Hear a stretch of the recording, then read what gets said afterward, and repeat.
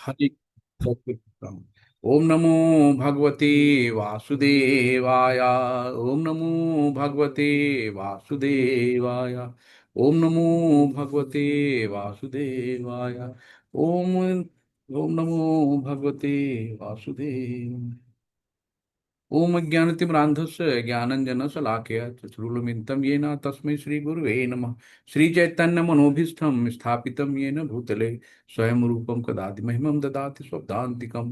वन्देऽहं श्रीगुरुश्रीयुतकमलं श्रीगुरुवैष्णवं श्रीरूपसागरजातं शरणं रघुनाथान्वितं तं सजीवं सावधैतं सावभूतं परिजनसहित श्री रघुनाथं ललिता विशाखान्वितांश्च हे कृष्ण करुणा सिंधु दीनबंधु जगतपति गोपेश गोपिका कांत राधा कांत नमस्तुते तप्त कांचन गौरांगी राधे वृंदावनेश्वरी वृषभानुसुते देवी प्रणमामि हरिप्रिये नमः विष्णुपादाय कृष्ण पृष्ठाय भूतले श्रीमते भक्ति वेदांत स्वामी निहिति नामिने नमस्ते सरस्वती देवे गौरवाणी प्रचारिणी निर्विशेष शून्यवादी पाश्चात्य देश तारिणी। जय श्री कृष्ण चैतन्य प्रभु नित्यानंदा श्री अद्वैत गदाधर श्रीवासादि गौर भक्त वृंदा। हरे कृष्णा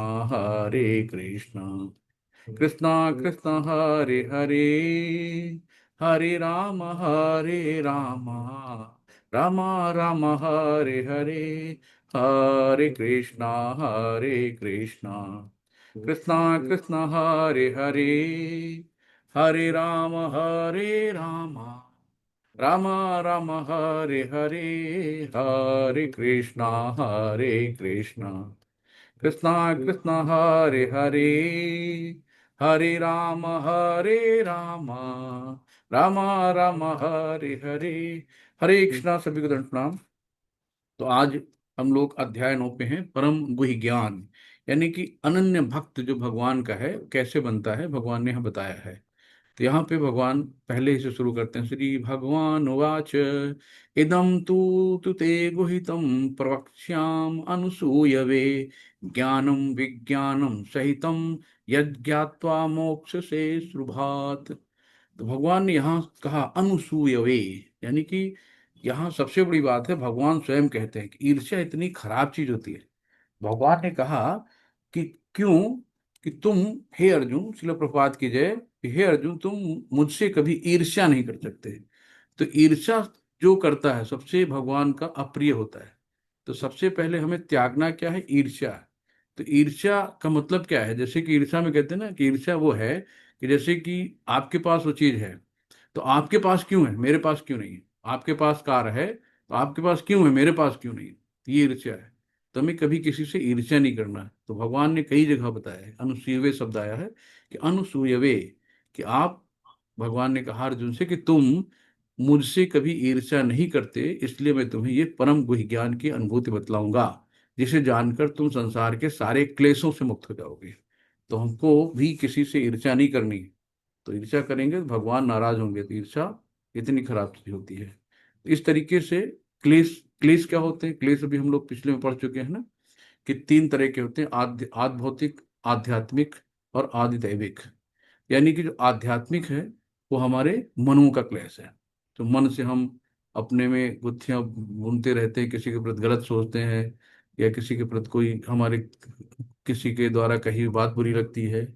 तो ये आध्यात्मिक होते हैं, मन के विचार जो होते हैं। और आदि भौतिक जो होते हैं, जो कोई मच्छर काट गया, मलेरिया हो गया, या किसी चोट लग गई है ना, तो भौतिक जीवन में जीवों द्वारा होते हैं।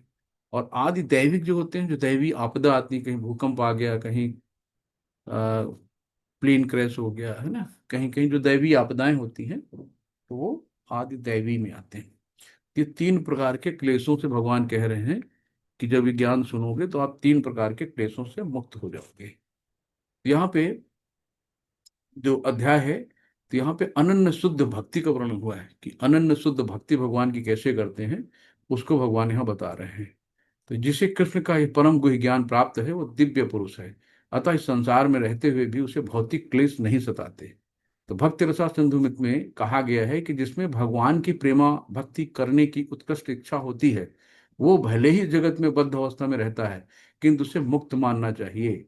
इसी प्रकार भगवत गीता को जो हम आगे देखेंगे कि इसमें, कि भगवान कहते बता दें कि किस प्रकार मुक्त पुरुष होता है। तो ये इदम ज्ञानम, यानी कि यह ज्ञान है ना, शुद्ध भक्ति के द्योतक हैं, जो 9 प्रकार की होती है। 9 प्रकार की भक्ति जो राजा अमरीश ने की थी। कौन सी? श्रवणम कीर्तम स्मरण पादम सेवम अर्चनम बंदम दास साख्य तथा आत्मसमर्पण। तो यहाँ पे हमें 9 प्रकार की नहीं, सिर्फ केवल बैठ के प्रेम से शुद्ध होके भगवान का हम लोग श्रवण करें। तो सबसे अच्छी, जैसे राजा परीक्षित ने, जब उनको पता चला कि 7 दिन में मेरी मृत्यु हो जाएगी, सर्प मुझे डस लेगा, तो उन्होंने सबसे अच्छी विधि क्या की कि चुपचाप बैठ के भागवतम सुनी, और भागवत धाम से उनके लिए बढ़िया सा रथ आया, और सीधे भगवत धाम चले गए, केवल श्रवण करके। ना उन्होंने बहुत ज्यादा शास्त्रों का ज्ञान लिया, ना बहुत ज्यादा उन्होंने सेवा करी, कुछ भी नहीं करा, केवल ध्यान से उन्होंने सुना। इसीलिए हम लोग भी ध्यान से सुनेंगे जो भी चीजें हैं, तो केवल हम सुनेंगे भी तो भौतिक कलमों से मुक्ति मिलेगी। तो जब मनुष्य का हृदय भौतिक कलमों से शुद्ध हो जाता है, तो वो कृष्ण विद्या को समझ सकता है। तो हमें क्या करना है कि पहले मनों के विकारों को हटाना है, अपने मन को शांत करना है, मन को भगवान के श्री चरणों में लगाना है। तो जब तक हम मन को अपने भगवान के चरणों में नहीं लगाएंगे, तब तक इधर उधर भटकता रहेगा। तो क्योंकि मन कभी शांत तो होता नहीं है, तो उसको कोई ना कोई काम दे दो, है ना। हमेशा जब आप एक जप रखते हैं ना, हरे कृष्ण कृष्ण कृष्ण हरे हरे, हरे राम राम राम हरे हरे। आप देखिए जितने भी पुराने सीनियर लोग हैं ना, वो कुछ भी करते हैं तो उनके मन में हमेशा निरंतर जप ही चलता रहता है। सोते हैं, सोने में जगे तो आंख खुली तो जप चल रहा है। तो उनके मन में निरंतर जब जब चलता है, तो उनके दिमाग में कोई खुराफात आती नहीं, फलाने ने क्या कहा, उसने क्या कहा, उसका वो कौन क्या कर रहा है। तो किसी के भले बुरे में रहते हैं, एक से एक सीनियर लोग हैं, किसी की आप बात भी करो ना, तो हरी बोल करके वहां छट जाते हैं। किसी की बात कोई सुनते ही नहीं, ना बुराई ना भलाई, है ना। बात करो तो सिर्फ कृष्ण की करो, तब तो सुनेंगे, बाकी कोई बात नहीं सुनेंगे। इस तरीके से यहाँ पे अनुसूवे शब्द बहुत महत्वपूर्ण है। सामान्यतः बड़े से बड़े विद्वान भास्कर भी स्वयं भगवान कृष्ण से ईर्ष्या करते हैं। अच्छे अच्छे लोग भगवान से ईर्ष्या करने लगते हैं कि भगवान तो बड़े ऐश्वर्य में रहते, इतने गहनों में लदे रहते, इतने फूल मालाएं रहती, उनकी इतनी सेवा होती, इसी बात की उनसे ईर्ष्या रहती। तो ये यहाँ तक कि बहुत शुद्ध विद्वान भगवत गीता के विषय में अशुद्ध व्याख्या करते हैं। तो हमें वही कहा भगवान ने कि भक्तों से सुनना चाहिए, और किसी से टीकाएं जो लिखते हैं सब व्यर्थ होती हैं, सब अपनी अपनी उसमें ज्ञान डाल देते हैं। लेकिन भगवान ने क्या कहा कि मतलब प्रभुपाद जी ने यहाँ पे एज इट इज, कि भक्त्या माँ भी जाने आती, तो तत्वतः, तो तत्वतः मतलब कि एज इट इज, तो भक्ति भगवान को जान सकता है। बाकी जो लोग हैं सब अपना व्यवसाय के लिए अपना अपना उन्होंने टीकाएं कर डाली हैं अपनी वाहवाही के लिए, तो हमें उनसे बच के रहना है। नेक्स्ट श्लोक आता है, राजविद्या राजगुह्यम पवित्रम इतमुत्तमम प्रत्यक्षागमम धर्म्यम सुसुखम कर्तुम अव्ययम। भगवान कहते हैं, श्रील प्रपात कीजिए, कि ये ज्ञान सभी विद्याओं का राजा है। तो जितनी भी विद्याएं हैं उन सब का ये राजा है, जो समस्त रहस्यों में सर्वाधिक गोपनीय है, परम शुद्ध है, और चूंकि ये आत्मा की प्रत्यक्ष अनुभूति कराने वाला है, अतः ये धर्म का सिद्धांत है, ये अविनाशी है, और अत्यंत सुखपूर्व संपन्न किया गया है। तो अत्यंत सुखपूर्व संपन्न करने जाने वाला ज्ञान है ना। कि ये मतलब इसलिए अत्यंत सुखपूर्व संपन्न क्यों कहा गया, कि पिछले अध्याय में हम लोग पढ़ चुके हैं 6वें में, अष्टांग योग, कि आप आसन सुखासन में बैठिए, आंखों को नाकों के बीच में लाइए, भवों को प्राण को ले जाइए, आज्ञा चक्र में ले जाइए, ध्यान करिए, है ना। तो ये जो अष्टांग योग, एक एक दो दो हजार साल लोग एक एक पैर पे खड़े होकर तपस्या करते हैं, तो वो है कि ये सुखपूर्वक। यहाँ सुखपूर्वक क्या है, चुपचाप बैठ के हरे कृष्ण कृष्ण कृष्ण हरे हरे, हरे राम राम राम हरे हरे, में सिर्फ नाम जप करना है और कुछ भी नहीं करना, ना कोई यज्ञ करना है, ना कोई बहुत बड़े हमें कर्मकांडों में फंसना है। इसलिए कहा गया है कि अत्यंत सुखपूर्वक संपन्न किया जाता है। ठीक है। तो यहाँ पे यह गुहितम है, क्योंकि गुह ज्ञान दिव्य ज्ञान में आत्मा शरीर के अंतर को जाना जाता है। तो गुह ज्ञान या दिव्य ज्ञान में आत्मा तथा शरीर के अंतर को जाना जाता है, कि शरीर है ना, कि I am soul not a body. तो हम हमेशा याद रखें कि हम एक आत्मा हैं, और आत्मा शाश्वत है, आध्यात्मिक है, कभी नष्ट नहीं होती है। ये शरीर भौतिक है, ये निरंतर बदलता रहता है। तो लोग क्या करते हैं कि शरीर को ही सब कुछ मान बैठते हैं, शरीर की ही पूजा करना, शरीर को देखना, शरीर को बहुत ज्यादा सजाना धजाना, है ना, तो उससे कुछ नहीं, चाहे जितना सजा धजा लो, बुढ़ापा नहीं जा पाएगा, झुर्रियां नहीं जा पाएंगी। तो जो बच्चा बड़ा हुआ है, बूढ़ा होगा, बीमार होगा, ये सब जन्म मृत्यु जरा व्याधि यही है, इनसे बच के निकल नहीं सकता कोई, चाहे जितना पैसे वाला हो, चाहे जितना कैसा हो। तो यहाँ पे आए हैं दुखालय शाश्वतम में, तो यहाँ पे हम लोग इन सब से निकल नहीं सकते। तो अध्याय 2 में हम लोग बता ही चुके, पढ़ चुके हैं कि भगवान कहते हैं कि शरीर नश्वर है और आत्मा जो है अविस्मर, अविस्मर मतलब शाश्वत है। तो यही ज्ञान वही अंश कहलाता है। तो जो आत्मा शरीर के भीतर इतना सक्रिय रहता है, वो शरीर से मुक्त होने के बाद इतना निष्क्रिय कैसे हो सकता है? ये वो सदैव सक्रिय रहता है। ये यदि ये शाश्वत है तो शाश्वत सक्रिय रहता है। और वैकुंठ लोक में इसके कार्यकलाप आध्यात्म ज्ञान के गुहितम अंश हैं। तो इसमें यह भी बोला गया है, एक उदाहरण दिया है प्रभुपाद जी ने, कि जब बीज बोया जाता है तो तुरंत वृक्ष नहीं तैयार होता है। आदमी कहता है भैया भगवान हमने इतने बुरे भी कर्म नहीं करे थे। तो भाई आज नहीं बुरे कर्म करे, लेकिन कभी तो करे होंगे। तो आपको नहीं पता कि बीज कब का उगा हुआ है।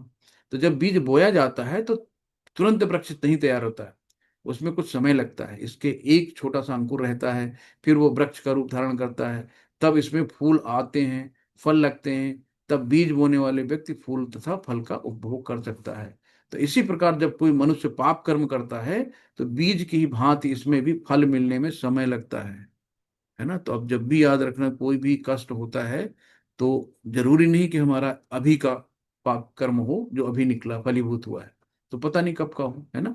कुछ अभी होते हैं अंकुरित, कुछ कई सालों बाद होते हैं, कुछ पिछले जन्म के होते हैं जो हम नहीं जेल उनको भोग पाए, तो इस जन्म में मिल रहे हैं। तो उसी बीज के भांति इसमें फल मिलने में समय लगता है। इसमें भी कई अवस्थाएं होती हैं, भले ही व्यक्ति में पाप कर्मों का उदय होना बन चुका हो, किंतु किए गए पाप कर्म का फल तब भी मिलता रहता है। कुछ पाप तब भी बीज रूप में बचे रहते हैं, और कुछ फलीभूत हो चुके होते हैं, जिन्हें हम दुख तथा वेदना के रूप में अनुभव करते हैं। तो यहीं पे और भी बताया ना कि हम कैसे इन भौतिक जगत से निकल सकते हैं, जब हम कर्म बंधनों से, यानी जो भी हम कर्म करते हैं, सकाम कर्म तो करना पड़ेगा, उसके बिना कोई रह नहीं सकता, लेकिन कर्म के फलों से हम बच सकते हैं। कर्म के फल को हम भगवान को समर्पण करते जाएं। केवल आरती गाने से नहीं होगा, तेरा तुझको अर्पण क्या लागे मेरा। तो भगवान को हम सब चीज अर्पण करते जाएं, जो भी कार्य करें भगवान को सेंटर में रख के कार्य करें, तो हम कर्म बंधनों से मुक्त हो सकते हैं। तो यहाँ पे बताया गया है कि अप्राप्त फलम पापम कूटम बीजम फलोन्मुखम क्रमेण दैव प्रलीयेत विष्णु भक्तिरतात्मनाम। तो जो लोग भगवत भक्ति में रत हैं, उनके सारे पाप कर्म चाहे फलीभूत हो चुके हों, सामान्य हो, बीज रूप में हो, क्रमशः नष्ट हो जाते हैं। अतः भक्ति की शुद्धिकरण शक्ति अत्यंत प्रबल है, और अपवित्रम उत्तमम अर्थात विशुद्धम कहलाती है। तो भक्ति से बढ़ के कोई भी चीज नहीं है, सिर्फ भक्ति से हम सब कुछ पा सकते हैं। तो यहाँ पे जो व्यक्ति बिना किसी अपराध के श्री कृष्ण के पवित्र नाम हरे कृष्ण कृष्ण कृष्ण हरे हरे, हरे राम राम राम हरे हरे का कीर्तन करता है, उसे जप करते समय कुछ दिव्य आनंद का अनुभव होता है, और वो तुरंत ही समस्त भौतिक कलमश से शुद्ध हो जाता है। तो इतना पवित्र नाम है। तो यही नहीं, यदि कोई श्रवण करने में भी नहीं, अपितु भक्ति कार्यों के संदेश को प्रचारित करने में भी लगा रहता है, या कृष्ण भावनामृत के प्रचार कार्यों में सहायता करता है ना। तो जैसे बहुत लोग देखो यहाँ पे को होस्ट की सेवा कर रहे हैं, कोई भजन कर रहा है, कोई सुन भी रहा है, तो ये भी सब सेवा है, सुनना भी सेवा है। तो इस तरीके से कृष्ण भावनामृत के प्रचार कार्यों में सहायता करता, तो उसे क्रमशः आध्यात्मिक उन्नति का अनुभव होता रहता है। आध्यात्मिक जीवन की यह प्रकृति किसी पूर्व शिक्षा या योग्यता पर निर्भर नहीं करती। ये स्वयं विधि स्वयं इतनी शुद्ध है कि इसमें लगे रहने पर मनुष्य शुद्ध हो जाता है। तो हमें अलग से कुछ भी नहीं करना है ना। तो केवल भगवान का नाम जपते जपते शुद्ध हो सकते हैं। तो ऋषि अपनी थालियों के उत्कृष्ट भोजन छोड़ देते थे, और ये बालक थालियां धोते समय उच्छिष्ट भोजन खा लेते थे। यानी कि जो साधु संघ है ना, नारद के बारे में बताया गया है कि नारद जी अपनी माता जी के साथ में रहते थे, और साधु संघ जो उनकी माता जी सेवा करती थी, तो साधु लोग जो उच्छिष्ट छोड़ देते थे, अपना जूठा छोड़ देते थे, तो चक्के उनके अंदर ज्ञान आ गया। तो अतः उसने उन ऋषियों से अनुमति मांगी, जब उन्होंने अनुमति दे दी है ना, बिना अनुमति के आप नहीं लेंगे। अगर आपको ऐसे नहीं कि साधु महात्मा ने कोई पत्तल फेंक दिया, आप जाके उस पर गिर गए टूट के, तो उसका मतलब नहीं है। जब आपको साधु महात्मा उनसे आप आज्ञा लीजिए कि क्या मैं इस थाली से आपका उच्छिष्ट ले सकता हूँ, जब वो कहेंगे तब लेंगे तो उसका आपको फल मिलेगा। तो वही कहा ना कि अनुमत, जब नारद मुनि अनुमत लेते थे ऋषियों से, और जब वो अनुमत दे दी तो बालक नारद उस उच्छिष्ट भोजन को खा लेते थे, और फलस्वरूप वो अपने समस्त पाप कर्मों से मुक्त हो गए। ज्यों ज्यों वो उच्छिष्ट खाता रहा, त्यों त्यों वो ऋषियों के समान शुद्ध हृदय बनता गया। क्योंकि भागवतम भगवान की भक्ति का आस्वादन श्रवण तथा कीर्तन द्वारा करते हैं। तो यहाँ पे इस तरीके से जैसे जैसे हम साधु संग में रहेंगे, जैसे जैसे हम उनके सेवा करेंगे, तो वैसे वैसे हमारी भक्ति बढ़ेगी। तो ऋषियों की संगत करने से नारद में भी भगवान की महिमा का श्रवण तथा कीर्तन करने की रुचि उत्पन्न हुई। तो आपके अंदर जब रुचि होगी तभी तो आप बैठोगे, तभी तो आप सुनोगे। रुचि नहीं होगी तो 2 मिनट आपने सुना, क्विट किया, निकल लिया, हटाओ, दूसरा काम आ रहा, टाइम नहीं है। तो टाइम भगवान बहुत अच्छे से मैनेज कर लेते हैं चीजों को। कब आदमी के पास, कई बार हमारे पेशेंट आते हैं, अरे डॉक्टर साहब टाइम नहीं है, टाइम नहीं है, पता लगा हार्ट अटैक हो गया, महीनों बिस्तर पे लेटे हैं, टाइम ही टाइम हो गया, पैर की हड्डी टूट गई, 4 महीने लेटे हैं, बेड रेस्ट हो रहा है, टाइम ही टाइम है। लेकिन ऐसे को तो अरे टाइम नहीं है, एक मिनट का भी टाइम नहीं रहता लोगों के पास। तो ये चीज है। तो नारद वास्तव में दासी पुत्र थे, उन्हें किसी पाठशाला में जाने का अवसर प्राप्त ही नहीं हुआ। वे केवल माता के कार्यों में सहायता करते थे, और सौभाग्यवश उनकी माता को भक्तों की सेवा का सुयोग प्राप्त हुआ। बालक नारद को भी यह अवसर उपलब्ध हो सका कि भक्तों की संगत करने से ही समस्त धर्म का परम लक्ष्य को प्राप्त कर सके। सिर्फ भक्तों की सेवा करने से उनको सारे शास्त्रों का ज्ञान हो गया, सब कुछ हो गया, है ना। क्योंकि यहाँ पर नारद ना तो किसी गुरु के पास पाठशाला में गए थे, ना ही उन्होंने वैदिक नियमों की शिक्षा मिली थी, तो भी वो वैदिक अध्ययन के सर्वोच्च फल को प्राप्त हो सके। आप सोचो, जो ध्रुव महाराज हैं, प्रहलाद महाराज हैं, इन्होंने कौन सी शिक्षा ली थी, कौन से पाठशाला गए थे, लेकिन इन्हें सारे वेदों का ज्ञान था। तो ये चीजें हैं कि आप सिर्फ भक्ति करो, भगवान सारा ज्ञान दे देंगे, है ना। सर्वस्य चाहम हृदय सन्निविष्टो मता स्मृति ज्ञानम अपोहिनम च। तो भगवान जो है, आपकी बुद्धि स्मृति विस्मृति सब उनके हाथ में है। 1 सेकंड में आदमी का ब्रेन डैमेज हो जाता है, मतलब कपड़े उतार के घूमने लगा, पागल हो गया, है ना। अरे अभी तो अच्छा था, क्या हो गया अचानक, अचानक ईटा पत्थर लेके दौड़ने लगा। तो ये सब भगवान ने अपने हाथ में रखा है। कब कौन सी शॉर्ट सर्किट हो जाए ब्रेन की हमें पता नहीं। तो इसलिए हमें कल को नहीं देखना है, आज को देखना है। हमें आज से भक्ति शुरू करनी है, ये नहीं कि यार बुढ़ापा आएगा तब करेंगे, अभी तो उम्र ही क्या है, अभी तो खेल कूद ले, अभी तो लोग, बच्चे लोग कहते हैं ना कि आप लोग तो अपनी उम्र जी चुके हैं, अब हमसे ऐसे कहते हो। तो समझाना मुश्किल है, लेकिन धीरे धीरे भगवान से प्रार्थना करो कि इनको सद्बुद्धि दो, ज्ञान दो। तो सततन कीर्तयन्तो माम, तो भगवान कहते हैं ना, जब निरंतर हमारी कीर्तन पूजा करता रहता है, ददामि बुद्धि योगम तम, तो हम उसको बुद्धि देते हैं। क्यों, जब बुद्धि देंगे भगवान, तभी हम भक्ति कर पाएंगे। तो बिना भगवान की बुद्धि दिए हम भक्ति भी नहीं कर पाएंगे। तो महान आचार्यों के संसर्ग में रहकर मनुष्य आत्म साक्षात्कार के लिए आवश्यक समस्त ज्ञान से अवगत हो जाता है, भले ही वो अशिक्षित हो या उसने वेदों का अध्ययन ना किया हो। तो भक्तों के संग में रहने पे भी बहुत से ऐसे भक्त हैं जो बहुत अच्छे प्रवचन दे रहे हैं। हम्म? भगवान के चरण कमलों पर चढ़े तुलसी दल का आस्वादन करके सनत कुमार जैसे मुनि, जो चतुष कुमार थे, उन्होंने क्या करा, भगवान के जो चरणों पे तुलसी दल चढ़ा था, केवल उसको सूंघा और महान भक्त बन गए। अतः भक्ति योग अत्युत्तम है। तो सबसे उत्तम क्या है, भक्ति योग है। और इनसे प्रसन्न मुद्रा में संपन्न नहीं किया जा सकता है भगवान को। तो ये प्रेम प्रिय है, जिसे उन्हें वस्तुएं अर्पित की है। पत्रम पुष्पम फलम तोयम, है ना, ये उमय भक्ता प्रक्षति। तो एक पत्र तुलसी का अर्पित कर दो, एक पुष्प कर दो, एक फल कर दो, थोड़ा सा जल चढ़ा दो, कुछ भी चढ़ा दो। उसके लिए नहीं कि भाई पात्रता होनी चाहिए कि आपके पास बहुत धनाढ्य हैं, आप बहुत पैसे हैं, तभी आप भगवान की पूजा कर सकते हो। भगवान ने कहा ना, पत्रम फलम पुष्पम फलम तोयम, कि कुछ भी हो, एक तुलसी का पत्र ही चढ़ा दो, एक पुष्प लेके आ जाओ, उतनी बहुत है, लेकिन श्रद्धा से। तो यहाँ पर कहा गया है कि भक्ति शाश्वत है, यानी भक्ति कभी नष्ट नहीं होती। शाश्वत का मतलब इसका कभी नाश नहीं होता। तो भक्ति, जैसे आज डॉक्टर हैं, इंजीनियर हैं, डीएम हैं, सबके पद जो यही हैं यही खत्म। लेकिन भक्ति क्या है, शाश्वत है। ये वैसी नहीं कि जैसा मायावादी चिंतन सावधान कहते हैं। तो अंत में जब वे मुक्त हो जाएंगे तो ईश्वर ने उनका ताद्यम हो जाएगी, ये जो मायावादियों के बारे में बताया गया है। तो वास्तविक भक्ति तो मुक्ति के बाद भी बनी रहती है। जब भक्त भगवत धाम को जाता है तो वहां भी भगवान की सेवा में रत रहता है, और वो भगवान से तदाकार नहीं होना चाहता। तदाकार मतलब हम भगवान तुम भगवान, ये नहीं मतलब है कि पहले हम भगवान थे, आज हम मनुष्य हो गए हैं, और कल हम अच्छे कर्म करेंगे तो हम भी भगवान बन जाएंगे। तो भगवान से भक्त कभी तदाकार नहीं होना चाहता। भगवान हमेशा भगवान है और भक्त हमेशा भक्त है। भक्त हमेशा भगवान के श्री चरणों का दास बन के रहना चाहता है ना। वो भगवान की तरह नहीं बनना चाहता है। तो इस प्रकार भक्ति योग या कृष्ण भावनामृत समस्त विद्याओं का राजा और समस्त गुह्य ज्ञान का राजा है। ये धर्म का शुद्धतम रूप है और इसे बिना कठिनाई के सुखपूर्वक संपन्न किया जा सकता है। अतः मनुष्य को चाहिए कि इसे ग्रहण करे।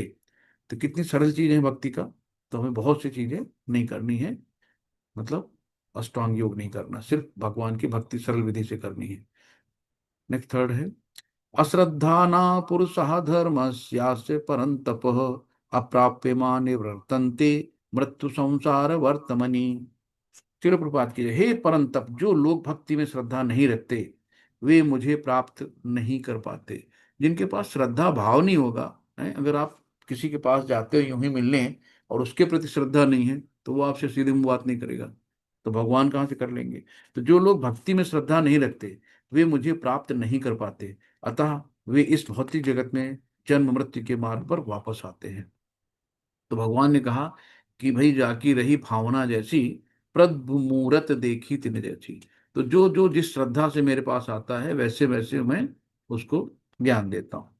तो भगवान ने सीधे कहा कि अगर श्रद्धा नहीं है तो मुझे कैसे प्राप्त कर पाओगे। तो श्रद्धा विहीन के लिए भक्ति योग पाना कठिन है। तो इसमें यही कहा गया है। तो श्रद्धा तो भक्तों की संगत से उत्पत्ति होती है ना। तो साधु संगत, गुरु की कृपा के बिना आपके अंदर श्रद्धा भक्ति नहीं आएगी।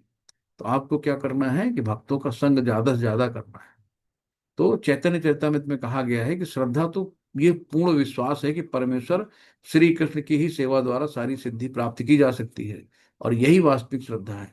जब तक हमारे अंदर श्रद्धा नहीं आएगी तब तक हम कुछ नहीं पाएंगे। यहाँ पे उपमा दी गई है कि वृक्ष की जड़ को सींचने से उसकी डालें, टहनियां तथा पत्तियां तुष्ट होती हैं, और अमाशय को भोजन प्रदान करने से शरीर की सारी इंद्रियां तृप्त होती हैं। इसी तरह भगवान की दिव्य सेवा करने से सारे देवता तथा अन्य समस्त जीव स्वतः प्रसन्न होते हैं। अतः गीता पढ़ने के बाद मनुष्य को चाहिए कि वो इस गीता के इस निष्कर्ष को प्राप्त करे। क्या करे कि मनुष्य को अन्य सारे कार्य छोड़कर भगवान श्री कृष्ण की सेवा करनी चाहिए। यदि वो इस जीवन दर्शन से विश्वस्त हो जाता है तो यही श्रद्धा है। तो हमें इधर उधर भटकना नहीं है, हमें सिर्फ एक को पकड़ना है ना। एक साधे सब सधे और सब साधे सब जाए। अब पता लगा कि हाँ विष्णु शंकर जी नाराज हो रहे हैं, हनुमान जी नाराज हो जा रहे हैं, यहाँ दुर्गा जी नाराज हो रहे हैं, इनको टीका नहीं लगाया। अरे ये भगवान में कुबेर भगवान में बैठे इनको भी नहीं लगाया। तो आप कितने कंफ्यूज हो जाते हो, कहीं ये तो नहीं नाराज हो रहे, कहीं तो नहीं नाराज हो रहे, इनको फूल नहीं चढ़ा, इनको एक और फूल चढ़ा दो। कितना कंफ्यूजन होता है। तो ऐसा तो नहीं कि खाना खिलाते तो पहले उंगली को भी खिला दो, नाक को भी खिला दो, मुंह को खिला दो, खोपड़ी को खिला दो। पेट में खाना गया तो पेट से पूरे शरीर के सारे अंगों में डिस्ट्रीब्यूट हो गया। इससे सारे देवी देवता भगवान के शरीर के अंदर रहते हैं। तो जब भगवान को आपने प्रसन्न कर लिया तो देवी देवता अपने आप प्रसन्न हो गए, है ना। पेड़ की जड़ में पानी डाला तो पूरे वृक्ष को मिल गया, यानी पत्ती को अलग दे रहे हैं, तने को अलग दे रहे हैं, फूल को अलग दे रहे हैं। तो कृष्ण भावनामृत में केवल श्रद्धा द्वारा ही प्रकट की जा सकती है। जहां तक श्रद्धा की बात है, जो व्यक्ति भक्ति साहित्य में निपुण है और जिसने दृढ़ श्रद्धा की अवस्था प्राप्त कर ली है वो कृष्ण भावनामृत का प्रथम कोटि का व्यक्ति कहलाता है। किंतु द्वितीय कोटि के व्यक्ति गुमराह नहीं होते, है ना। प्रथम कोटि के लोगों के गुमराह होने का प्रश्न ही नहीं उठता। प्रथम कोटि के व्यक्ति निश्चित रूप से प्रगत करके अंत में अभीष्ट फल प्राप्त करते हैं। और तृतीय कोटि के व्यक्ति को यह श्रद्धा तो रहती है कि कृष्ण में भक्ति उत्तम होती है, किंतु भागवतम और गीता जैसे शास्त्रों से उसे कृष्ण का पर्याय ज्ञान प्राप्त नहीं हो पाता है। और कभी कभी इस तृतीय कोटि के व्यक्तियों की प्रवृत्ति कर्मयोग तथा ज्ञान योग की ओर रहती है, और कभी कभी विचलित होते रहते हैं, क्योंकि ज्यों ही उनसे ज्ञान तथा कर्मयोग का संदूषण निकल जाता है वे कृष्ण भावनामृत की द्वितीय कोटि में आते हैं। तो यहाँ पे बताया है कि एक तीन तरह के भक्त होते हैं, प्रथम कोटि है, द्वितीय कोटि है और तृतीय कोटि है। तो उसमें बताया गया है। तो जो भगवान के 11वें स्कंद में प्रथम द्वितीय तथा तृतीय कोटि की आस्तिकता का भी वर्णन हुआ है। तो हम लोग आगे इसको पढ़ेंगे। नेक्स्ट श्लोक है, मया तदमिदं सर्वं जगत अव्यक्त मूर्तिनः मस्थानि सर्वभूतानि न चाहम ते स्वस्थितः।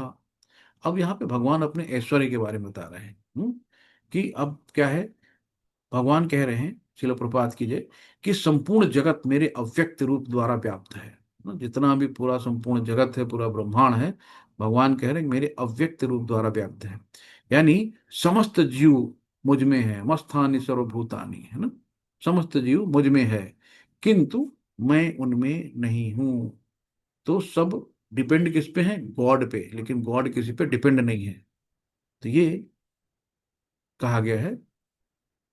तो इसमें फिर अब ये चौथा श्लोक चल रहा है, तो इसमें तात्पर्य में बताया चलो प्रपात दी जाए कि भगवान की अनुभूति स्थूल इंद्रियों से नहीं हो पाती। कहा गया है अतः श्री कृष्ण नामादि न भवेत ग्राहम इंद्रिय सेवान्मुखे ही जिह्वादो स्वमेव स्फुरतः। तो भगवान श्री कृष्ण, चौथा श्लोक मतलब जी, भगवान श्री कृष्ण के नाम यश लीलाओं आदि को भौतिक इच्छाओं से नहीं समझा जा सकता। जो समुचित निर्देशन से भक्ति में लगा रहता है उसे ही भगवान का साक्षात्कार होता है ना। तो जो निरंतर भगवान की सेवा में लगा रहता है वही भगवान का साक्षात्कार कर सकता है।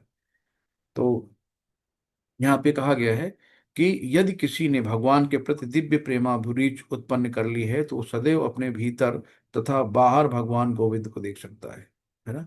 तो यहाँ पे हर एक चीज, जब हमारे रग रग में भगवान का नाम बसा है, हमारे मन में तन में, है ना, BMW मनसा वाचा कर्मा, कि हम सब रूप से भगवान को हर समय याद करते हैं, क्योंकि हम पूरे पूर्ण रूप से भगवान पे समर्पित हैं, है ना।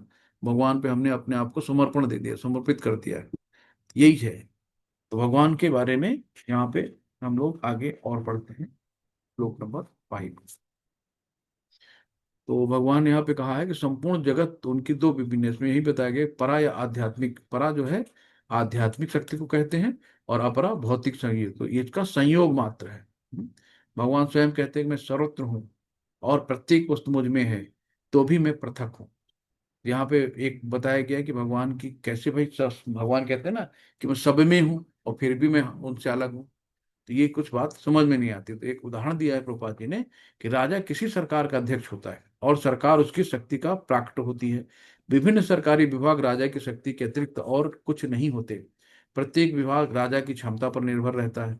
तो भी राजा से आशा नहीं की जाती कि प्रत्येक विभाग में स्वयं उपस्थित हो। अब जो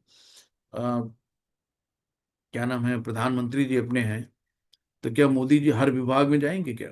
उन्होंने अलग अलग विभाग बांट दिए हैं। लेकिन सरकार है, सरकार क्या होती है? सरकार सबसे मिल के होती है, एक थोड़ी होता है। लेकिन उसका राजा एक ही होता है। तो यही है कि राजा, भगवान राजा है लेकिन सब में है, लेकिन सबसे स्वतंत्र भी है। तो ये एक मोटा सा उदाहरण है। इसी प्रकार हम जितने स्वरूप देखते हैं कि जितनी भी वस्तुएं इस लोक तथा परलोक में विद्यमान हैं, वे सब भगवान की शक्ति पर आश्रित हैं। और सृष्टि की उत्पत्ति भगवान की विभिन्न शक्तियों के विस्तार से होती है। जैसा कि कहा गया है कि वे अपने साकार रूप में के कारण अपनी विभिन्न शक्तियों का विस्तार करने से सर्वत्र विद्यमान है। तो भगवान जब भी जरूरत होती है तो अवतरित होते हैं। नेक्स्ट है 5वां श्लोक है। अब यहाँ पे भगवान क्या है, अपना वैभव बता रहे हैं कि जिससे हम भक्ति की ओर आकर्षित हों। तो वैभव में क्या बताते हैं? न च मस्थानि भूतानि पश्य मे योग महेश्वरम भूत भुन्न च भूतस्थो ममात्मा भूत भावनः। शिल प्रपात की जय। तथापि मेरे द्वारा उत्पन्न सारी वस्तुएं मुझ में स्थित नहीं है, है ना, विभान उसके विभिन्नान से अलग अलग हैं। तो जरा मेरे योग ऐश्वर्य को देखो। मैं समस्त जीवों का पालक यानी भरता हूं और सर्वत्र व्याप्त हूं, लेकिन मैं इस विराट अभिव्यक्ति का अंश नहीं हूं। क्योंकि मैं सृष्टि का कारण स्वरूप हूं। तो भगवान कहते हैं कि मैं इस सृष्टि का कारण स्वरूप हूं, यानी कि कारण दक्षाई विष्णु के रूप में सारे उनके नाभि से ब्रह्मांड निकलते हैं, अनंत ब्रह्मांड निकलते हैं। पृथ्वी तो एक छोटा सा है, भगवान ही कहते हैं मैं उनका सिर्फ कारण स्वरूप हूं। तो ये भी कहा गया है कि यद्यपि ये सब रचित जो पदार्थ हैं मेरी अचिंत शक्ति पर टिके हैं, किंतु भगवान के रूप में मैं उनसे पृथक रहता हूं। ये भगवान का अचिंत ऐश्वर्य है। तो ये है, नेक्स्ट है 6वां।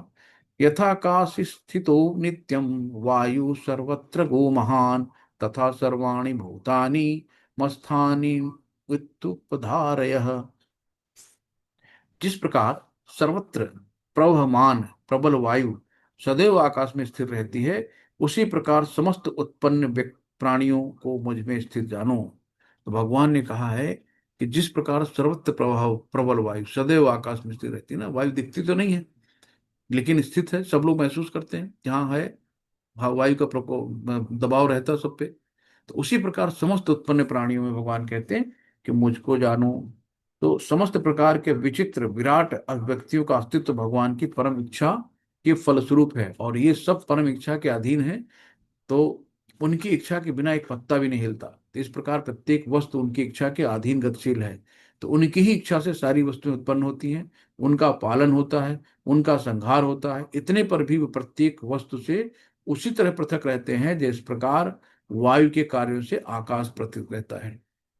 तो भगवान की अध्यक्षता में परमादेश से चंद्रमा, सूर्य तथा अन्य विशाल लोग घूम रहे हैं, हमेशा एक ही धुरी पर चलते हैं। कभी भी नियत उनके अंदर आलस नहीं है कि आज हम अपनी धुरी से आज हम छुट्टी मारेंगे, आज संडे, आज नहीं जाएंगे, आज आलस आ गया, आज ये काम नहीं करेंगे। तो जो भगवान ने कह दिया निरंतर वो चल ही रहा, आज भी चल रहा वैसे ही। तो इसमें कहा गया है कि ये सूर्य की गति का वर्णन है। कहा गया है कि सूर्य भगवान का एक नेत्र है। सूर्य जो है भगवान का एक नेत्र है। लोग कहते हैं कि भगवान क्या हमें दिखा सकते हो? अब आप एक सूर्य की तरफ एक टक आंख करके देख नहीं सकते हो, उनके नेत्र को केवल, और भगवान को कैसे देख लोगे? तो उसके लिए इतनी वो अलग आंखें चाहिए। इन भौतिक आंखों से हम भगवान को नहीं देख सकते। सिर्फ भक्त देख सकता है, भक्त कुछ भी कर सकता है, भक्त के लिए सब कुछ सरल है। तो सूर्य भगवान का एक नेत्र है और इसमें ताप तथा प्रकाश फैलाने की अपार शक्ति है। तो भी ये गोविंद की परम इच्छा के आदेशानुसार अपनी कक्षा में घूमता है। अतः हमें वैदिक साहित्य से इसके प्रमाण प्राप्त हैं कि विचित्र तथा विशाल लगने वाली भौतिक सृष्टि पूरी तरह भगवान के वश में है। नेक्स्ट है, सर्वभूतानि कौन्तेय प्रकृतिम यान्ति मामिकाम कल्प कल्पक्षये पुनस्तानि कल्पादो विसृजाम्यहम्। शिल प्रभुपाद की जय। तो यहाँ कहा है कि हे कुंती पुत्र, कल्प का अंत होने पर, अभी क्या है, अभी 12 कल्प चल रहा है, तो कल्प का अंत होने पर सभी प्राणी मेरे प्रकृति के में प्रवेश करते हैं। जैसे ही कल्प का अंत होता है तो सारे प्राणी क्या करते हैं, सब कुछ फिर भगवान में वापस चले जाते हैं। और कल्प अन्य कल्प के आरंभ होने पर मैं उन्हें अपनी शक्ति से पुनः उत्पन्न कर देता हूँ। तो जैसे ही कारणोदक्षाई विष्णु ने पूरा सांस अंदर खींचा तो सारी सृष्टि अंदर चली गई। जैसे ही उन्होंने सांस छोड़ा सारी सृष्टि फिर बाहर आ गई। तो ये बताया गया है कि ब्रह्मा जी की भी मृत्यु होती है ना। जो भौतिक जगत में जितने लोग हैं तो उनकी मृत्यु होती है। भले ही ब्रह्मा जी का जो 1 सेकंड होता है हमारा 1 लाख साल होता है ना, इतना अंतर है। लेकिन 100 साल मनुष्य का भी जीवन माना गया है और 100 साल ब्रह्मा का। तो ये नहीं है कि ब्रह्मा जी अमर हैं। तो हिरण्यकश्यप ने कहा ना कि मुझे अमरत्व का वरदान, तो ब्रह्मा जी ने कहा मैं खुद ही अमर नहीं हूं, तो मुझे अपनी अमरता का पता नहीं, हम तुम्हें कैसे कर दें। ये था। तो इसमें बताया गया है कि जो हमारे ये 430 0000 करके कि इतनी रात ब्रह्मा की होती है, उतना ही दिन होता है ना। तो ये सब इनका आंकड़ा दिया गया है। तो 100 वर्षों के बाद जब ब्रह्मा की मृत्यु होती है तो प्रलय होता है, जिसका अर्थ है भगवान द्वारा प्रकट शक्ति पुनः सिमट कर उन्हीं में चली जाती है।